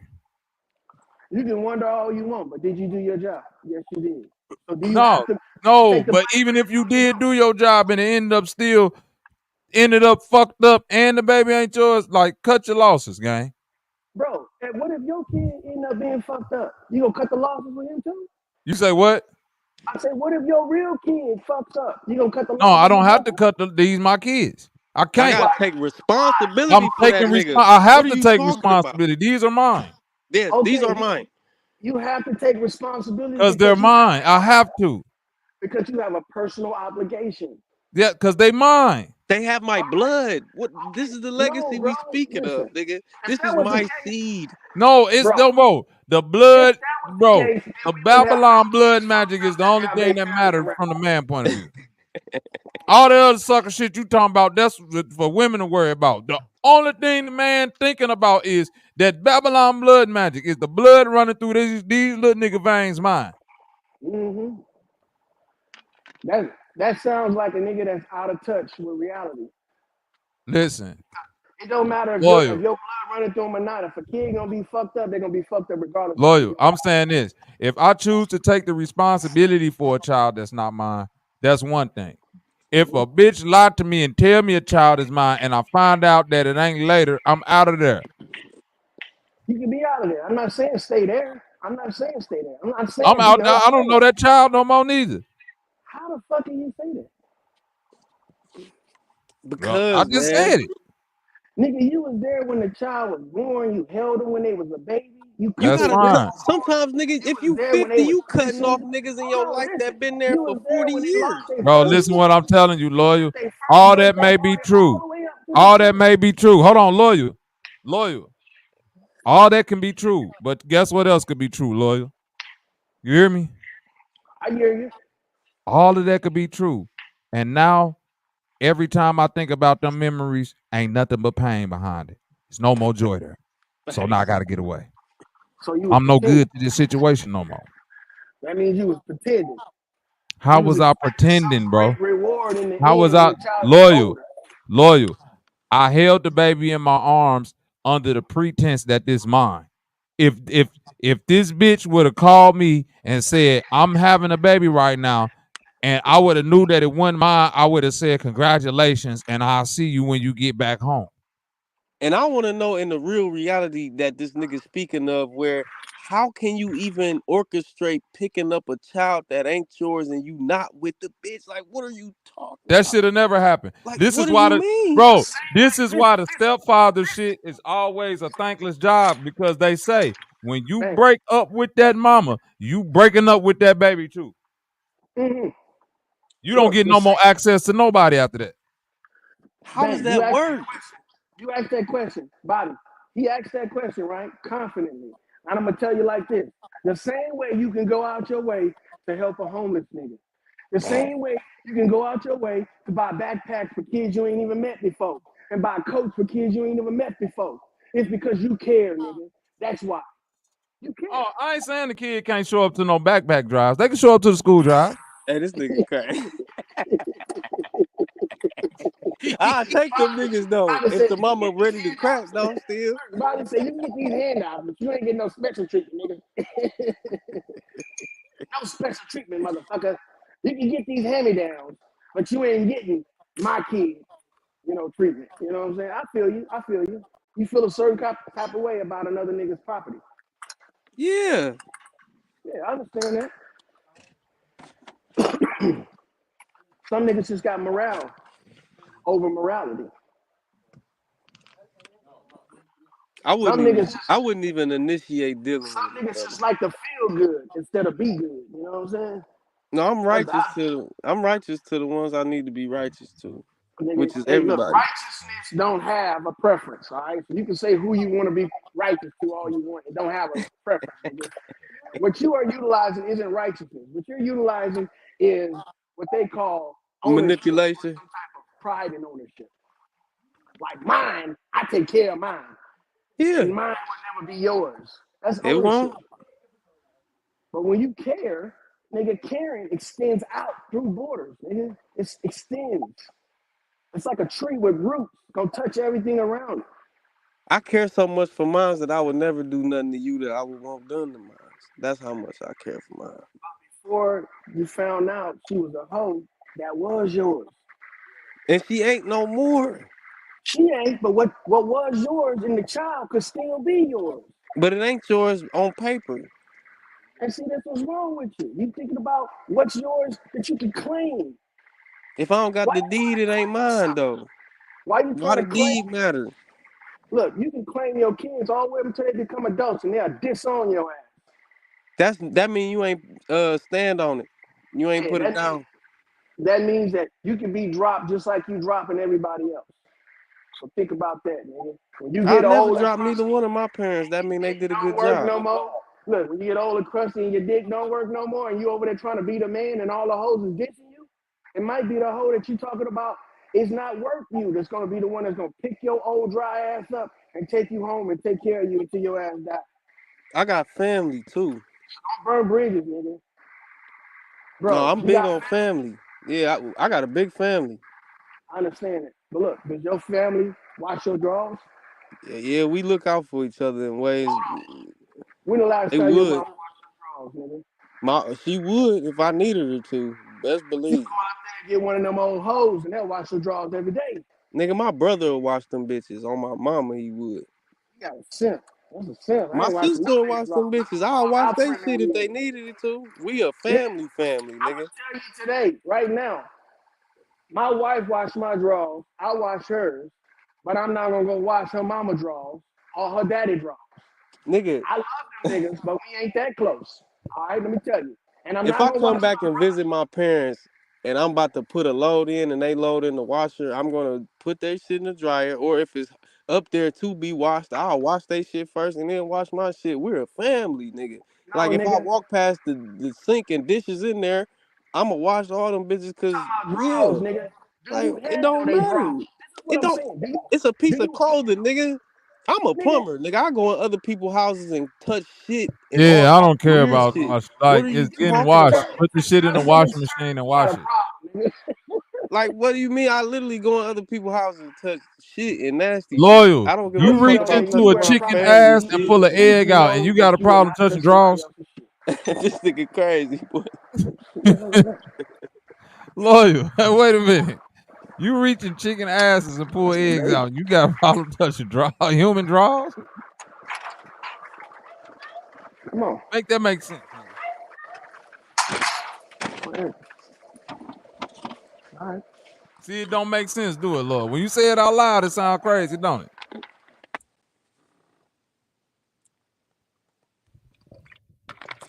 I guess not. Okay. You know that nigga be in the blender, man. He don't know. He in a whirlwind, man. Loyal over there. My He bad. over there touching on one of them chickens now. I wish this nigga would say something else about Nigga, you, my wife baby. just got back from the store, nigga. I had to help her bring I'll shit go home. find this nigga. Do some Stop. great bodily harm to him. GBH.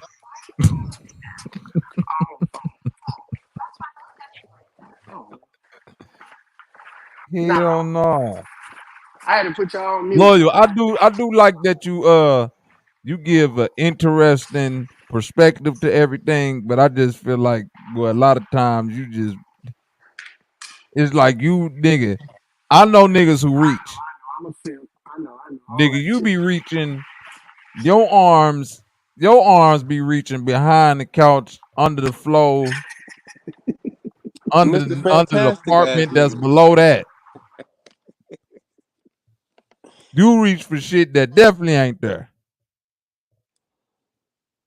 But I fuck with you because you know what I'm saying, you loyal. But at the same time, loyal, come on, cuz.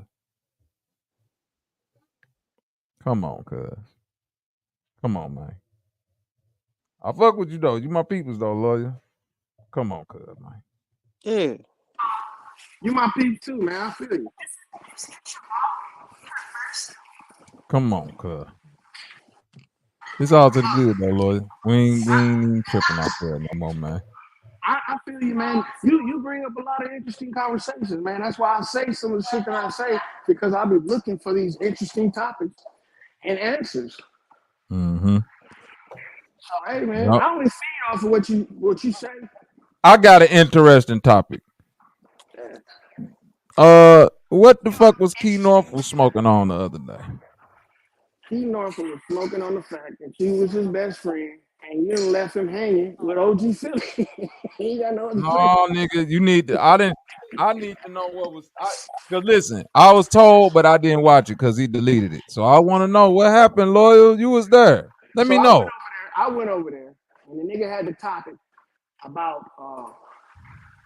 government as usual, and us being in government. So I said a few words. He got upset about it.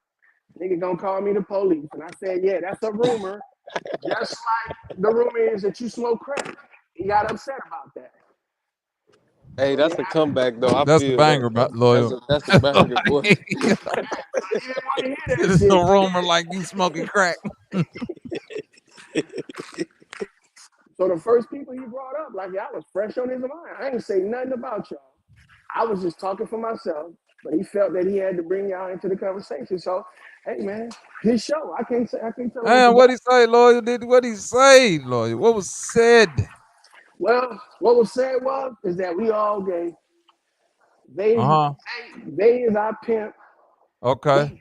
He's doing all this shit to us. And then on top of that, we can't think for ourselves. This is not his words. These is a synopsis of what I remember. Okay, we I got can't that. think for ourselves. Zay is the real mind behind everything that happens over Got here. you. So it sounds like the man is scorned. You know what I mean? Like a woman scorned. But since we men, he can't really express that because we ain't feeling the same way he feeling. So the nigga just feeling hopeless over there. And the only person he got to lean on is OG Philly. And that's not too reliable. You know what I'm saying? Sanchez tricked all them niggas to be underlings and then said no more open panels. No more, nigga. Yeah. That's a damn thing. It's a call-in show now. So now they salty because the only nigga that's doing open panels that's lively like that is me. And niggas don't want to come over here. But they can't go to Key because, like you said, he's a crackhead. Allegedly. So but they do. They want to come over here so bad, bro. I just told you that. I know that. That's a damn shame. They want to chop it up like they used to, but they don't know how to retract all the shit they've done. You don't have to retract nothing. But what you have to do is stay the fuck away from me. That's fucked up. Ain't no I don't want to be no. I don't want to be no niggas friend. I don't want to be that. Fuck them niggas. The nigga just makes. It's just like the other day, motherfucker was like, "Man, you still beefing with Sanchez?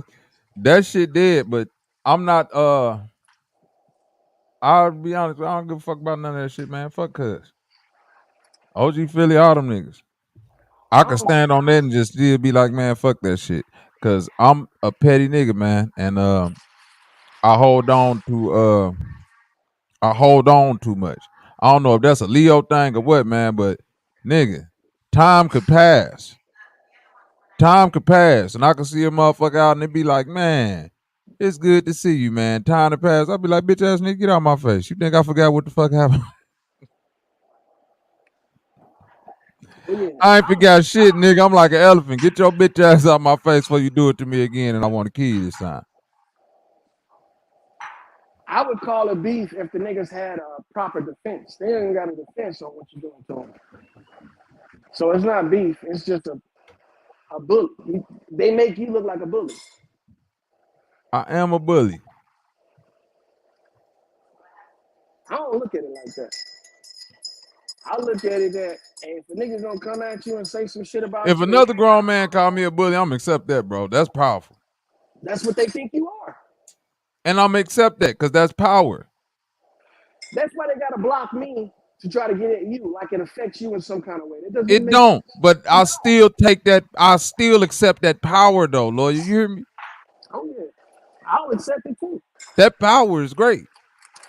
I didn't know I had enough affiliates that I was like part of the team. I thought I was. Nigga, you a part of the shit show. Shut your goof ass up. I thought I was just another panelist that I came up. thought you was just another. Shut up, lawyer. Now you doing too much. You putting too much sauce on the motherfucking sandwich, nigga. Shut up. Boy, you don't let shit slide. Do you hear this weak ass nigga? You don't let shit slide. Hey, I didn't know guys even looked at me like that. I thought I was just Yeah, man, I thought I was just a panelist. Nigga in the chat. You know what I'm saying? Shut the fuck up, Lord. You thought you was just a panelist. That's it.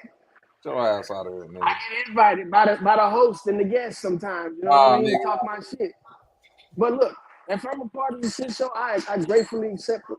And on top of that, you say what?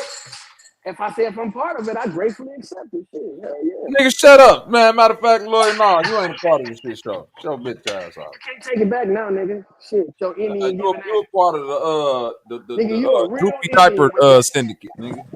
That nigga trying to act like he a real Indian. Shut your trick ass. You a part of the droopy diaper. You didn't put it on the ether. Yeah. No, matter of fact, go back over there with Key. That nigga got chickens, and you got chickens too. Y'all like each other. Yep. You know what? I would feel like I would give a nigga some advice on his endeavors. Give him some chicken advice, Lloyd. There you go. First of all, stop fucking pretending, nigga. They ain't no farmers. Nigga, I don't know. How you a farmer and you just starting off, nigga? Stop That's pretending. how you start off. You got to start off farming. This nigga crazy. You got to start off somewhere, my nigga. What are you right? Yeah, you do got to start off somewhere. So if you start, how you a human and you just was born? It's on my third day out here. I don't know.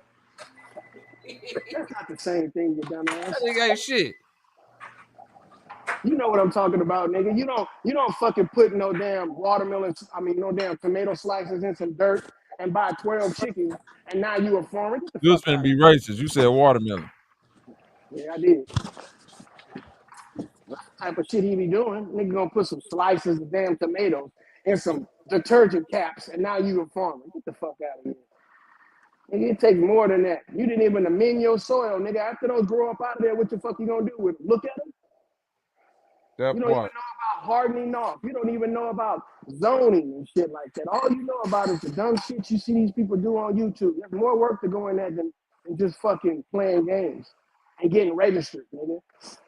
And you know what? Fuck you, Bobby, and fuck Big Bone too for trying to crack jokes on me, nigga, because it took hard work to get these damn chickens to live this long, nigga.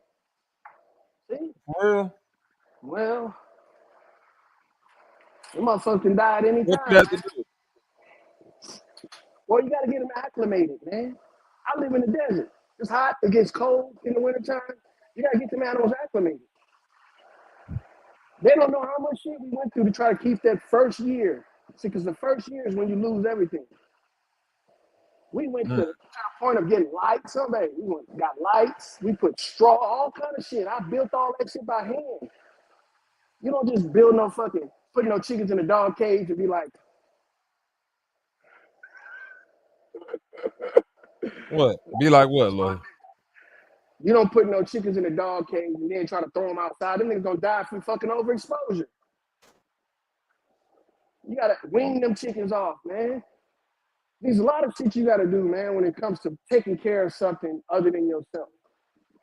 Is that right? That's right. That's right. And I'm gonna tell you right now, a lot of niggas ain't built for this. So you can get your qualifications and your little stamps and all that shit and call yourself a farmer, make a YouTube page and do little updates all you want. But at the end of the day, you gotta live with that shit. So I can give that nigga some advice. Because you can't be farming 1 year, claiming it in your taxes, and then the next year you ain't doing it no more because you tired of it. No, nigga, it's a fucking forever commitment. Oh, dumbasses. What's up? What's up, man? But look, I feel the fact that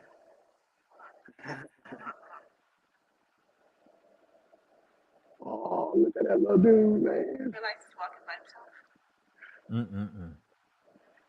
Good goddamn, man. I'm gonna miss that shit. Good goddamn. You heard that? You heard my voice? You heard that voice of fluctuation? That's a grateful grandfather looking at his grandkids. See? Yeah. Goddamn, boy. Goddamn. Hey, cherish them motherfucking kids, y'all. Make sure they got everything they need. And if the kid turn out not to be yours, dog the mama, don't dog the baby. Yeah, dog her dirty ass. Run her through the ringer. Put her in the dirt. How's that dog in? Okay. But don't dog the baby. Yeah. And that's gonna help, huh? Hell yeah, that's gonna help. Huh? Cause look, we gotta set the example first of all, and we That don't ain't no set. example.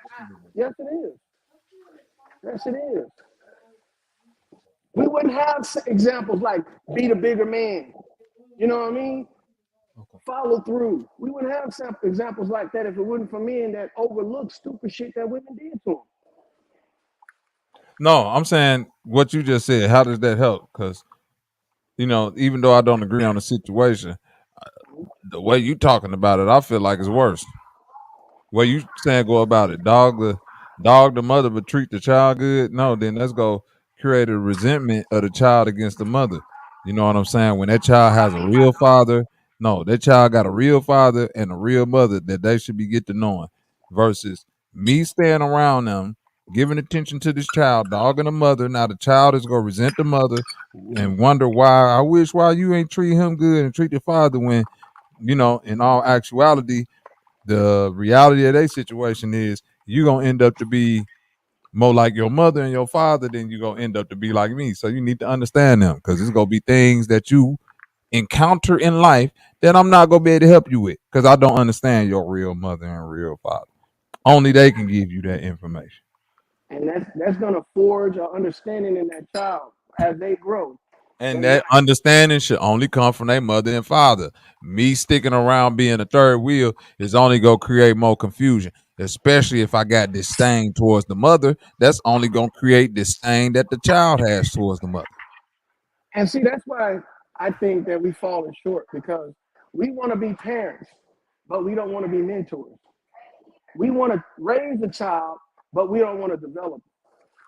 See? No, I don't know. Nobody has a problem being a mentor, but what you're talking about is raising and being ultimately the final responsibility. Mentorship comes with exactly that, just being a mentor.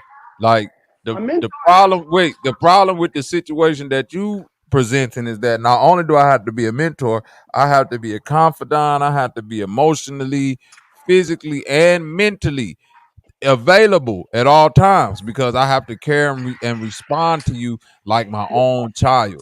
As a mentor, I don't have to care and respond to you as my own child, but no, as I don't have to care and respond to you as my own child 24/7. Let me take that back. 24/7. On the other end, I got to do that 24/7. You see what I mean? Loyal, like yes, you do. Yes, you do. Because if you taking responsibility of a child, that's not something that you clock in and clock out of. Okay, so look, 24/7 is living under the roof with the child, but responding to a situation. No, it's not. That ain't living under the roof, bro. Okay. No, it's not. Right now,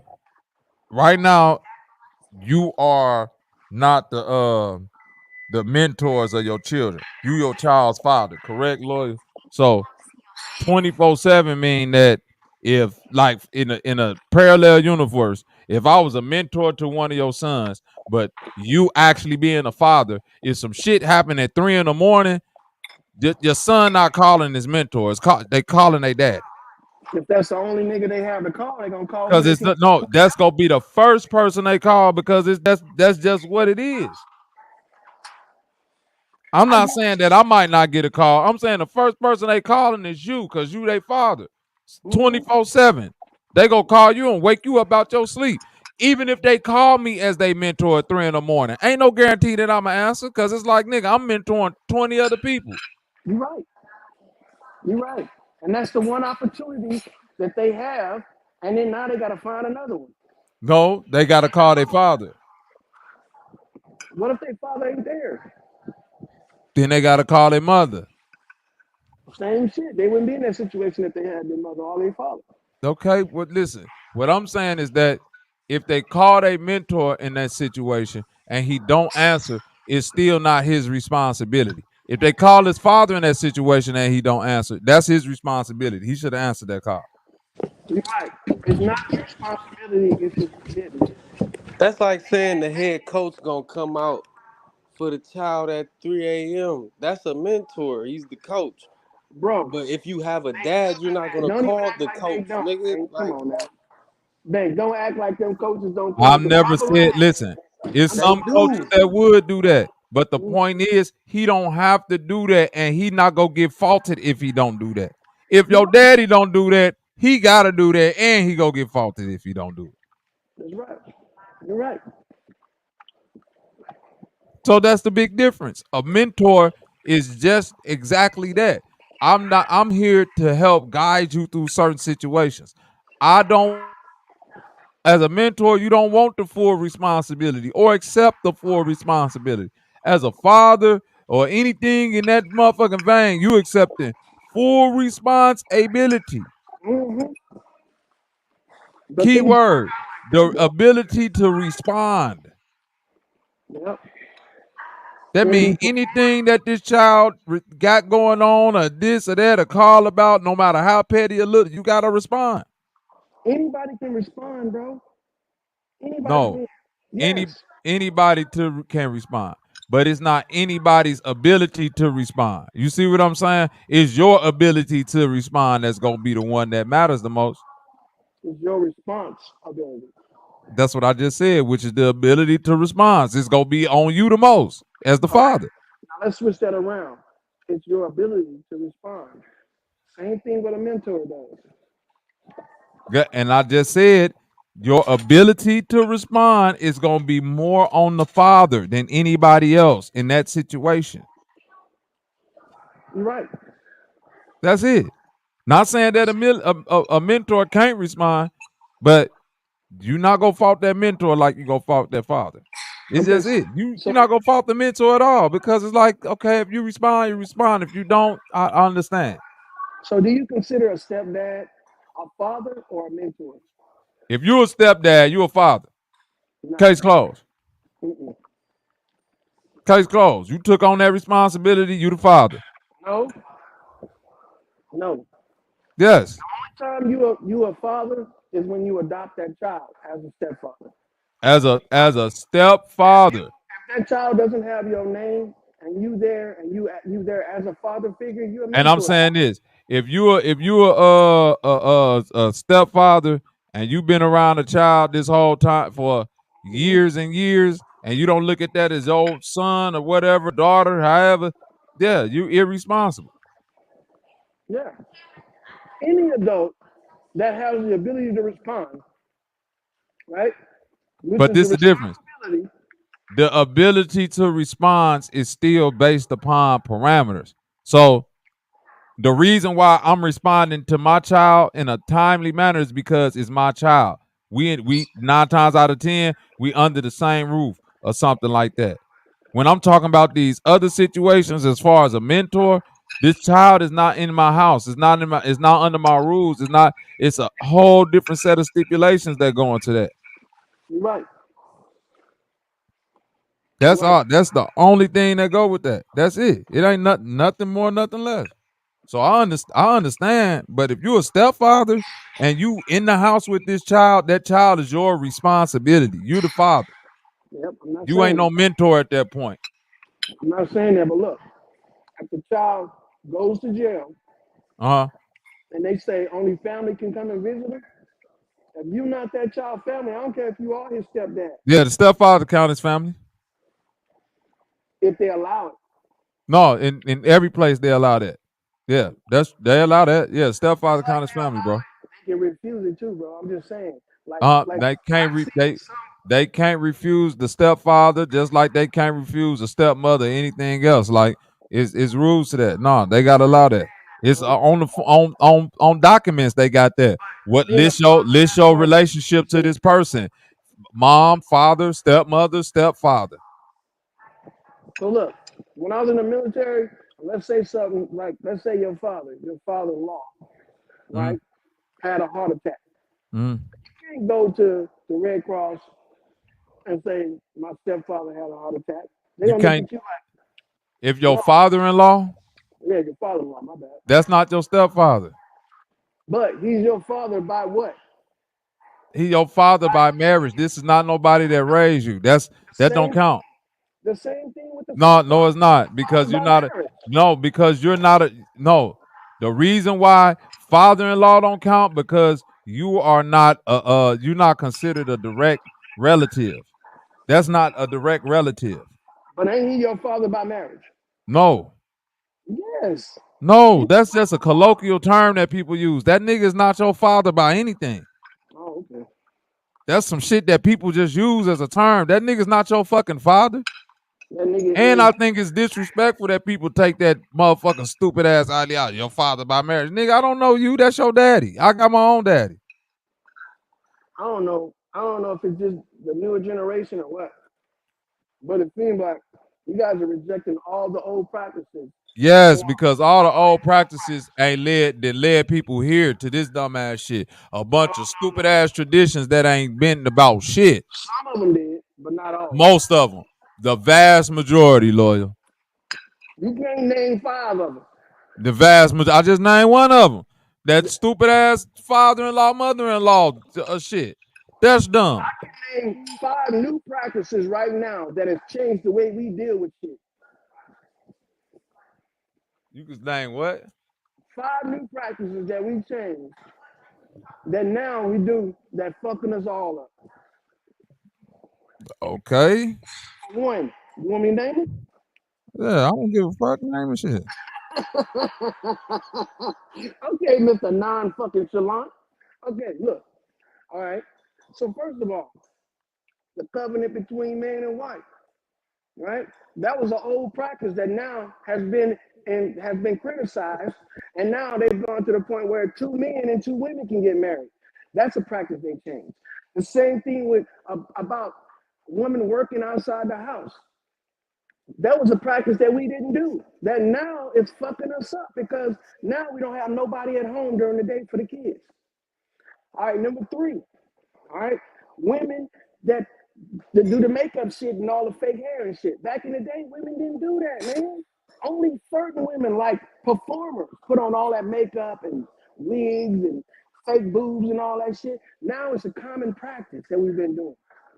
All right, 4, all right, is the fact that we want to be equal. We weren't looking at equality back then. We knew there were certain roles that women had that men didn't have, that men could do that women couldn't do.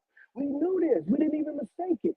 And then another one is that now we have what we call DNA tests, right? Which is nothing but a glorified blood test, a glorified maternity test, right? When they introduced that to the family, a lot of households broke up because now they can fucking judge whether or not or test whether or not you are a father.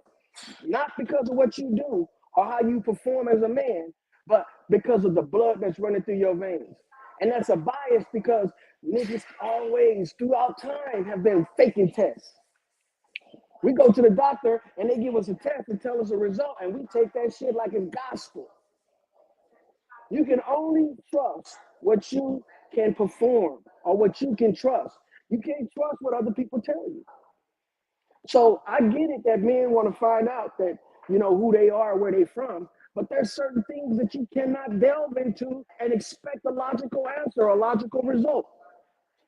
You know what I'm saying? So even if it does come down to you and your children being, estranged through blood, but not through relationship, it takes a strong man to stand up and recognize that the relationship that he had with that woman wasn't what he thought it was. But the relationship with them kids is exactly what it was. It was a father and child relationship. Now it's up to you whether you want to maintain that relationship or discard it. And most niggas today will discard it. You know why? Because they don't have no pride and ownership at all. Yeah. I'm going to turn it off.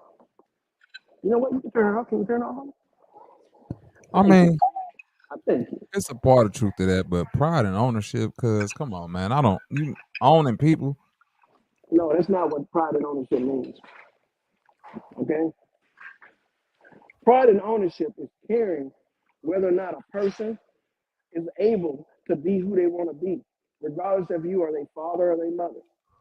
Meaning, like, I will stand up for a child to be a child, regardless if I have a good relationship with their parents. Because I have nothing against the child. I have something against their parent. And I used to see people do kids like that. You know, they night the in-laws wouldn't get along, and the kids come around. Instead of treating the kids like all other kids, they be fucking with them kids. See, and that's showing no pride and ownership because you should care whether or not your kid is happy, and that means if it means your in-laws' kids too, because they all see the shit. If you treat one kid different from the other, they gonna see that shit. You know what I'm saying? So you shouldn't be trying to, make up for lost time with children. You should be doing that with the adults because they're already grown. With the kids, it's one day at a time. So I wouldn't let my kids know that me and my wife was having problems because it ain't got nothing to do with a child. A child stay in a child's place. Now when they get older and they're curious about it, yeah, I let them know. But until then, nah, man, fuck all that. You go worry about playing video games, going to school, having crushes and all that shit. Until you get older, that's when you can delve off into adult business. Until then, no, they ain't got nothing to do with you.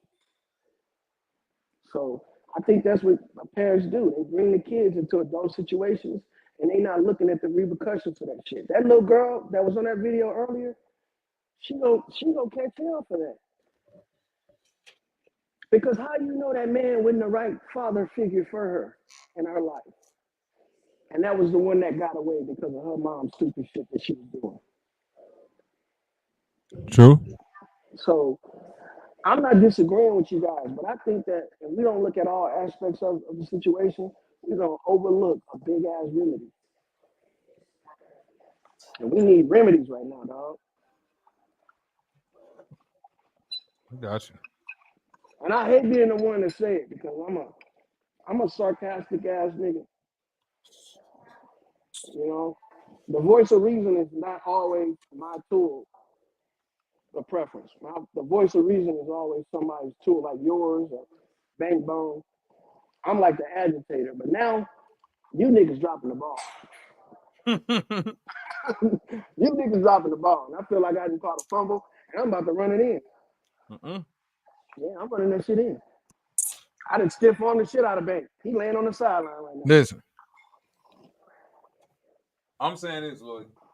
All right. I'm not disagreeing with you about how you feel. You see what I'm saying? It's commendable. I'm not saying it's not commendable. However, what I'm saying is that the same way that we waiting to get this data back on single fathers and how the children go turn out and all that, right, Lawyer? Because it's all new. We've gotten the data back on stepfathers, men who stay when they find out the baby ain't there. It don't turn out for the most part in the way that you see what I mean? It don't turn out like that because it's either gonna be extreme animosity towards the child that a man will end up taking out on a child if he stay, or extreme animosity towards the mother that the child will then begin internalizing because this other pseudo father, who not the real father, can't do nothing but feel some type of way towards the mother. You feel me? So I'm saying, as a new practice, leaving, as crazy as that may sound, may be the best practice. Ain't you ever heard sometimes if you love something, you gotta leave it to let it do what it? You see what I mean, Lawyer? Because if a motherfucker stay, I'm saying I done seen this plenty of times, Lord. A motherfucker stay, like, man, I done been around the kids all this time. I'm finna stay, make it work. Well, I know what you saying, Lawyer. I'm finna be responsible. I'm telling you, that motherfucker turned out to be bitter, angry, whether it be with the kid or the mother, or end up being both sometimes. But do you think that's contributed to a misconception of roles after the fact? What you mean? I mean that if you a stepfather, you break up with the wife, but you still want a relationship with the child. You can't expect that still to be a father-child relationship. Now it's turning into a mentor type relationship where you're there for personal reasons for the child and for yourself. The personal reason you got for yourself is that you don't want to be. I understand what you're saying, Lawyer, but you keep saying stepfather, right? And I'm saying whether it's a stepfather willingly, or a man who found out this child not his. Either way, lawyer, I'm trying to get you to understand that the animosity will be there. You understand what I'm saying? But that's where it takes growth and understanding. That's where it takes what? Growth and understanding, which is pride and ownership. Lawyer, listen to me. You gotta All own the your. growth and understanding in the world ain't gonna help them intermediate moments. What are intermediate moments? When the child growing up and is being rebellious. When the child's growing up and is being rebellious. So do you think it's the mentor's job to discipline them, or you think it's the parent's job to discipline them? The parents. Exactly. So that's not the. But this ain't your child, so then it gets sticky. Yeah, but that's not your role no more. But that's what I'm saying. You've taken responsibility. Listen, I'm saying once you take responsibility, you get responsibility through and through. Once you decide to step away, step away. If you choose to play the role of a mentor, be that. But ain't no role of no mentor in no life of no child that you once played the role of the father in. That's dead. Come on, bro. When your kids grow up, you think you're gonna be their father? You're gonna be their friend. And if I'm their father. I'm always gonna be their father. I understand that, but you ain't gonna have the same authority as a father. You're gonna have the authority of a father. Yes, I will. Okay. Yes, I will. Now, whether if they follow it directly or not, that's some other shit. But that same authority gonna be there. You're gonna have an estranged relationship because I'm telling you, you can't tell grown people what to do. You can be their parent. I'm gonna tell them what to do. I'm saying it's gonna be the same authority. I understand that. But when you said that when it comes time to discipline the kid, you know what I'm saying? As a mentor, it's not your job to discipline. As a mentor, it's your job to advise. It's the parent's job to mentor. It's the parent's job to discipline. And I just said that you go to your parent. If it's the parent's job to discipline, then that's why as the mentor, you don't get that deep off into it. Well, you do. No, you don't. Do recognize. You don't get deep off into the disciplinary stuff, but you do. You don't get deep off into none of that shit. You keep that shit to where you can shake. I done really did this work before, lawyer. You get too attached to this shit, you won't be good at your job. They tell you, don't get too attached to it. You got to be able to shake. If a motherfucker become too clingy or too needy, you got to be able to get up out that jam because you'll be mentoring somebody and these people that ain't never had no father, nothing show them nothing in life, and they come attached, bro. I'm trying to tell you, this how life works. I know. I mentored people before. They were like big babies. Yeah. I mentored grown-ass men. They didn't even value their own hygiene. And you got to tell them, this is shit that a mentor shouldn't have to tell a mentee. To wash your ass and clean your feet. But, you know what I'm saying? As a person, as an example to somebody that needs examples, you have to step into that role sometimes. And sometimes you got to have the ability to tell somebody something without actually telling them. Now, if you see a child that you used to be their stepfather, you found out that you ain't their father. Well, you used to be their father, but now you found out you not their father.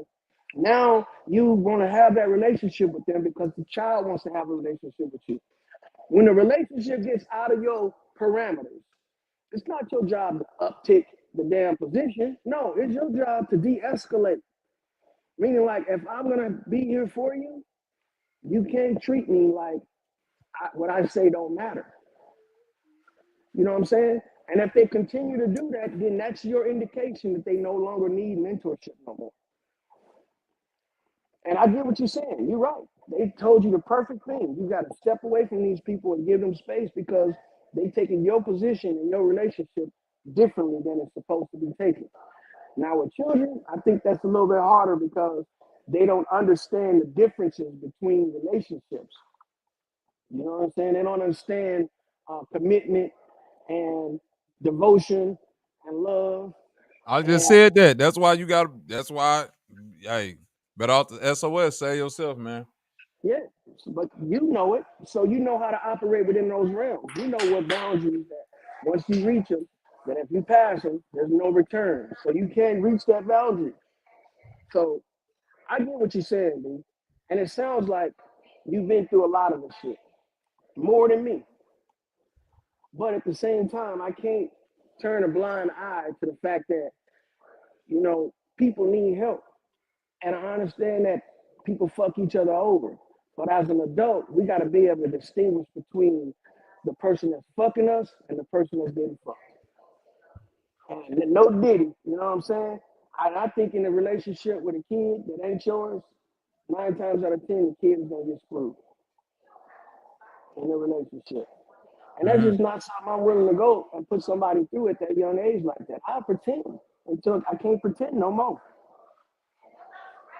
I'm not going to pretend with the mama. Hell no, bitch, get the hell out of here. But with the kid, yeah, everything's cool. I just got to go stay here. I got to go do this. But, you know, if you ever need me, this is where I'm at.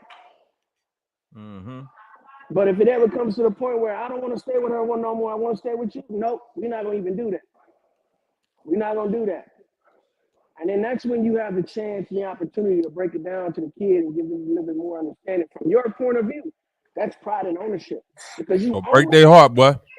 Hey, man. Sometimes you gotta, you know, put a couple cracks in You that said you should have just left when they was young and couldn't remember shit. No, man, you can't do that. Because whether you know it or not, that child is part of your legacy. Even though he don't have the blood as you, everything that child gonna do from the time that you met them to the time that they get out there on their own, they're gonna remember that shit. No, they not. Shit. And they may. But you ain't gonna get no props for it. You gave props to your uncle, didn't you? I gave props to my uncle because of who he was to me and because he showed me love, and nobody his mother, which ain't my granny, still look at me as her grandson. His sister, which is not my real auntie, still look at me as her nephew. You see what I'm saying? Because he made that shit They still no. I'm saying if he would have passed and them people would have been like, oh, that's just Dion cousin. That ain't necessarily his real nephew, so we ain't gotta necessarily. You see what I mean? I got a question for you. You think he ever had that conversation with them and had to tell them, your uncle? You think he ever told his people, hey, don't treat him no differently than you treat my boy? You think he ever did that? No. You don't think he had to do that? Okay. I know from the character that his mother, you know what I'm saying, who I call my granny, and his sister, my auntie Trish. I know from their character that they ain't never had that conversation because we just grew up like that back then. It's like my real father and my cousin Dion. That's not his nephew, but you see what I'm saying? Whenever my father would come get me, he knew automatically he had to get Dion too because me and him was like brothers. So it's like it's a package deal. You ain't taking one child without the other child, and then if you take Dion, you got to take Tata because that's little sister. So it's like, you see what I'm saying? Everybody who knew that. Yeah. Everybody family knew each other and all that, and none of the people who had the children married to each other. You right. We just took responsibility of the children. They took responsibility of the children and just kept it the way that it was flowing. Like we ain't go do all this other goofiness and all of that. So yeah, that part of it, I agree with you, Lord. You see what I mean? It would have been different if the adults around would have been like, well, this ain't my child necessarily. If they was really feeling like that, then it would have been different if people was forcing or kind of making my Uncle Roy take me. You feel me? Because then it'd have been like slight animosity there, shit there. Then when he passed, his mother and them would have been like, well, shit, I ain't finna take him over here with us because Roy ain't around no more. Then that detachment would have came anyway. You see what I'm saying? Yep, I feel you. That's why I be like, if motherfuckers know they ain't in it for the long haul, or if you know you finna have it, man, just get away from that situation. Get away from it, cause you gonna be no good to the children anyway. And see, I think that a lot of adults are not utilizing that type of mindset when it comes to dealing with kids. They're looking at the kids like they do the adults. You know, but you had a fortunate upbringing, man, and it sounded like it was a good one because you wouldn't be the nigga you are. But hey, man, I'm gonna holler at y'all, bro, because I gotta deal with my in-laws and shit over here right now. Yeah, we about to get up out of here too. Appreciate everybody. It was Hey, a good one today, y'all. Shout out to the chat. For sure. Thanks, man. Bang bong. Good night, man. All right. Everybody, peace out. If you got the Discord link, pull up. We'll see y'all later. All right, Mama Segment. We gone.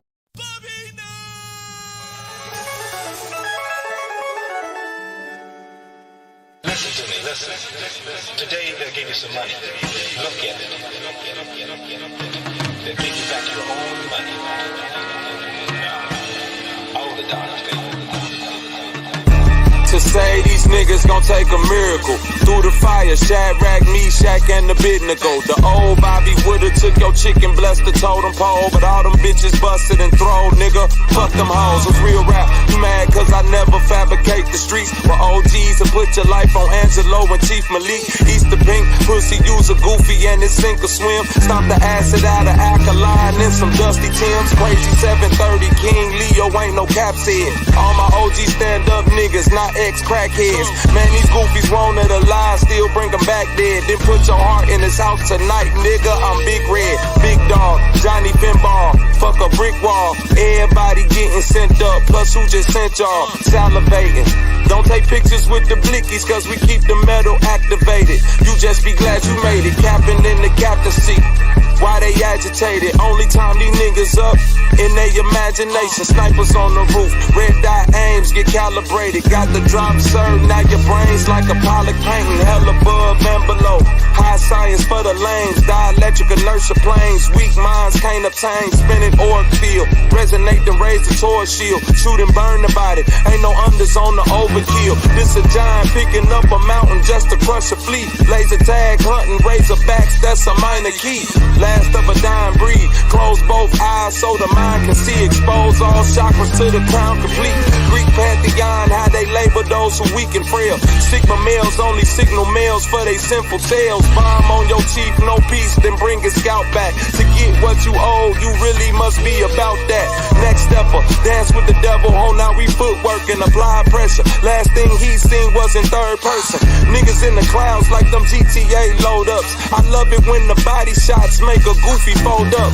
Rare form, bitch this Bret Hart at the SummerSlam. Sharpshooter, turn your top shooter into Dunner Man. Cause I got that line pride, seeing call me Escanor, no debate. Niggas just hate, and I don't stress the war. Alter plans, get rid of fam. Then we start the land, end the niggas, sentient being, and the straw man. Life ain't chess, my nigga, we don't respect your king. Only bitch niggas and queens, tryna check our team. Nobody raised the guys, we the lords of the flies. Overactive minds really fuck up your reaction time. Spooky niggas sitting by the door, peeking out the blinds. Can't survive, waiting for that manna to fall out the sky. I know lies who wouldn't die you. Backside right beside you just to get behind you. A knife is pierced in to get under your skin. Coward smiles and grins from false friends and swindlers who say they're mine while relying on you. But really they hate you. They images to forsake and betray you. They the same Judas and soothsayers who crucified the other 16 saviors. So beware they nagging neighbors. Temporary glamours, only glimpses. Don't jeopardize your friendship over jealous, tempting, wealthy images with thrills that's elusive. Ain't no serious usage. Useless bourgeois who looters your eyes. Lust with sellout dollars. A man relying on diamonds is a doses of a dying man. Dying in bondage. Betrayers.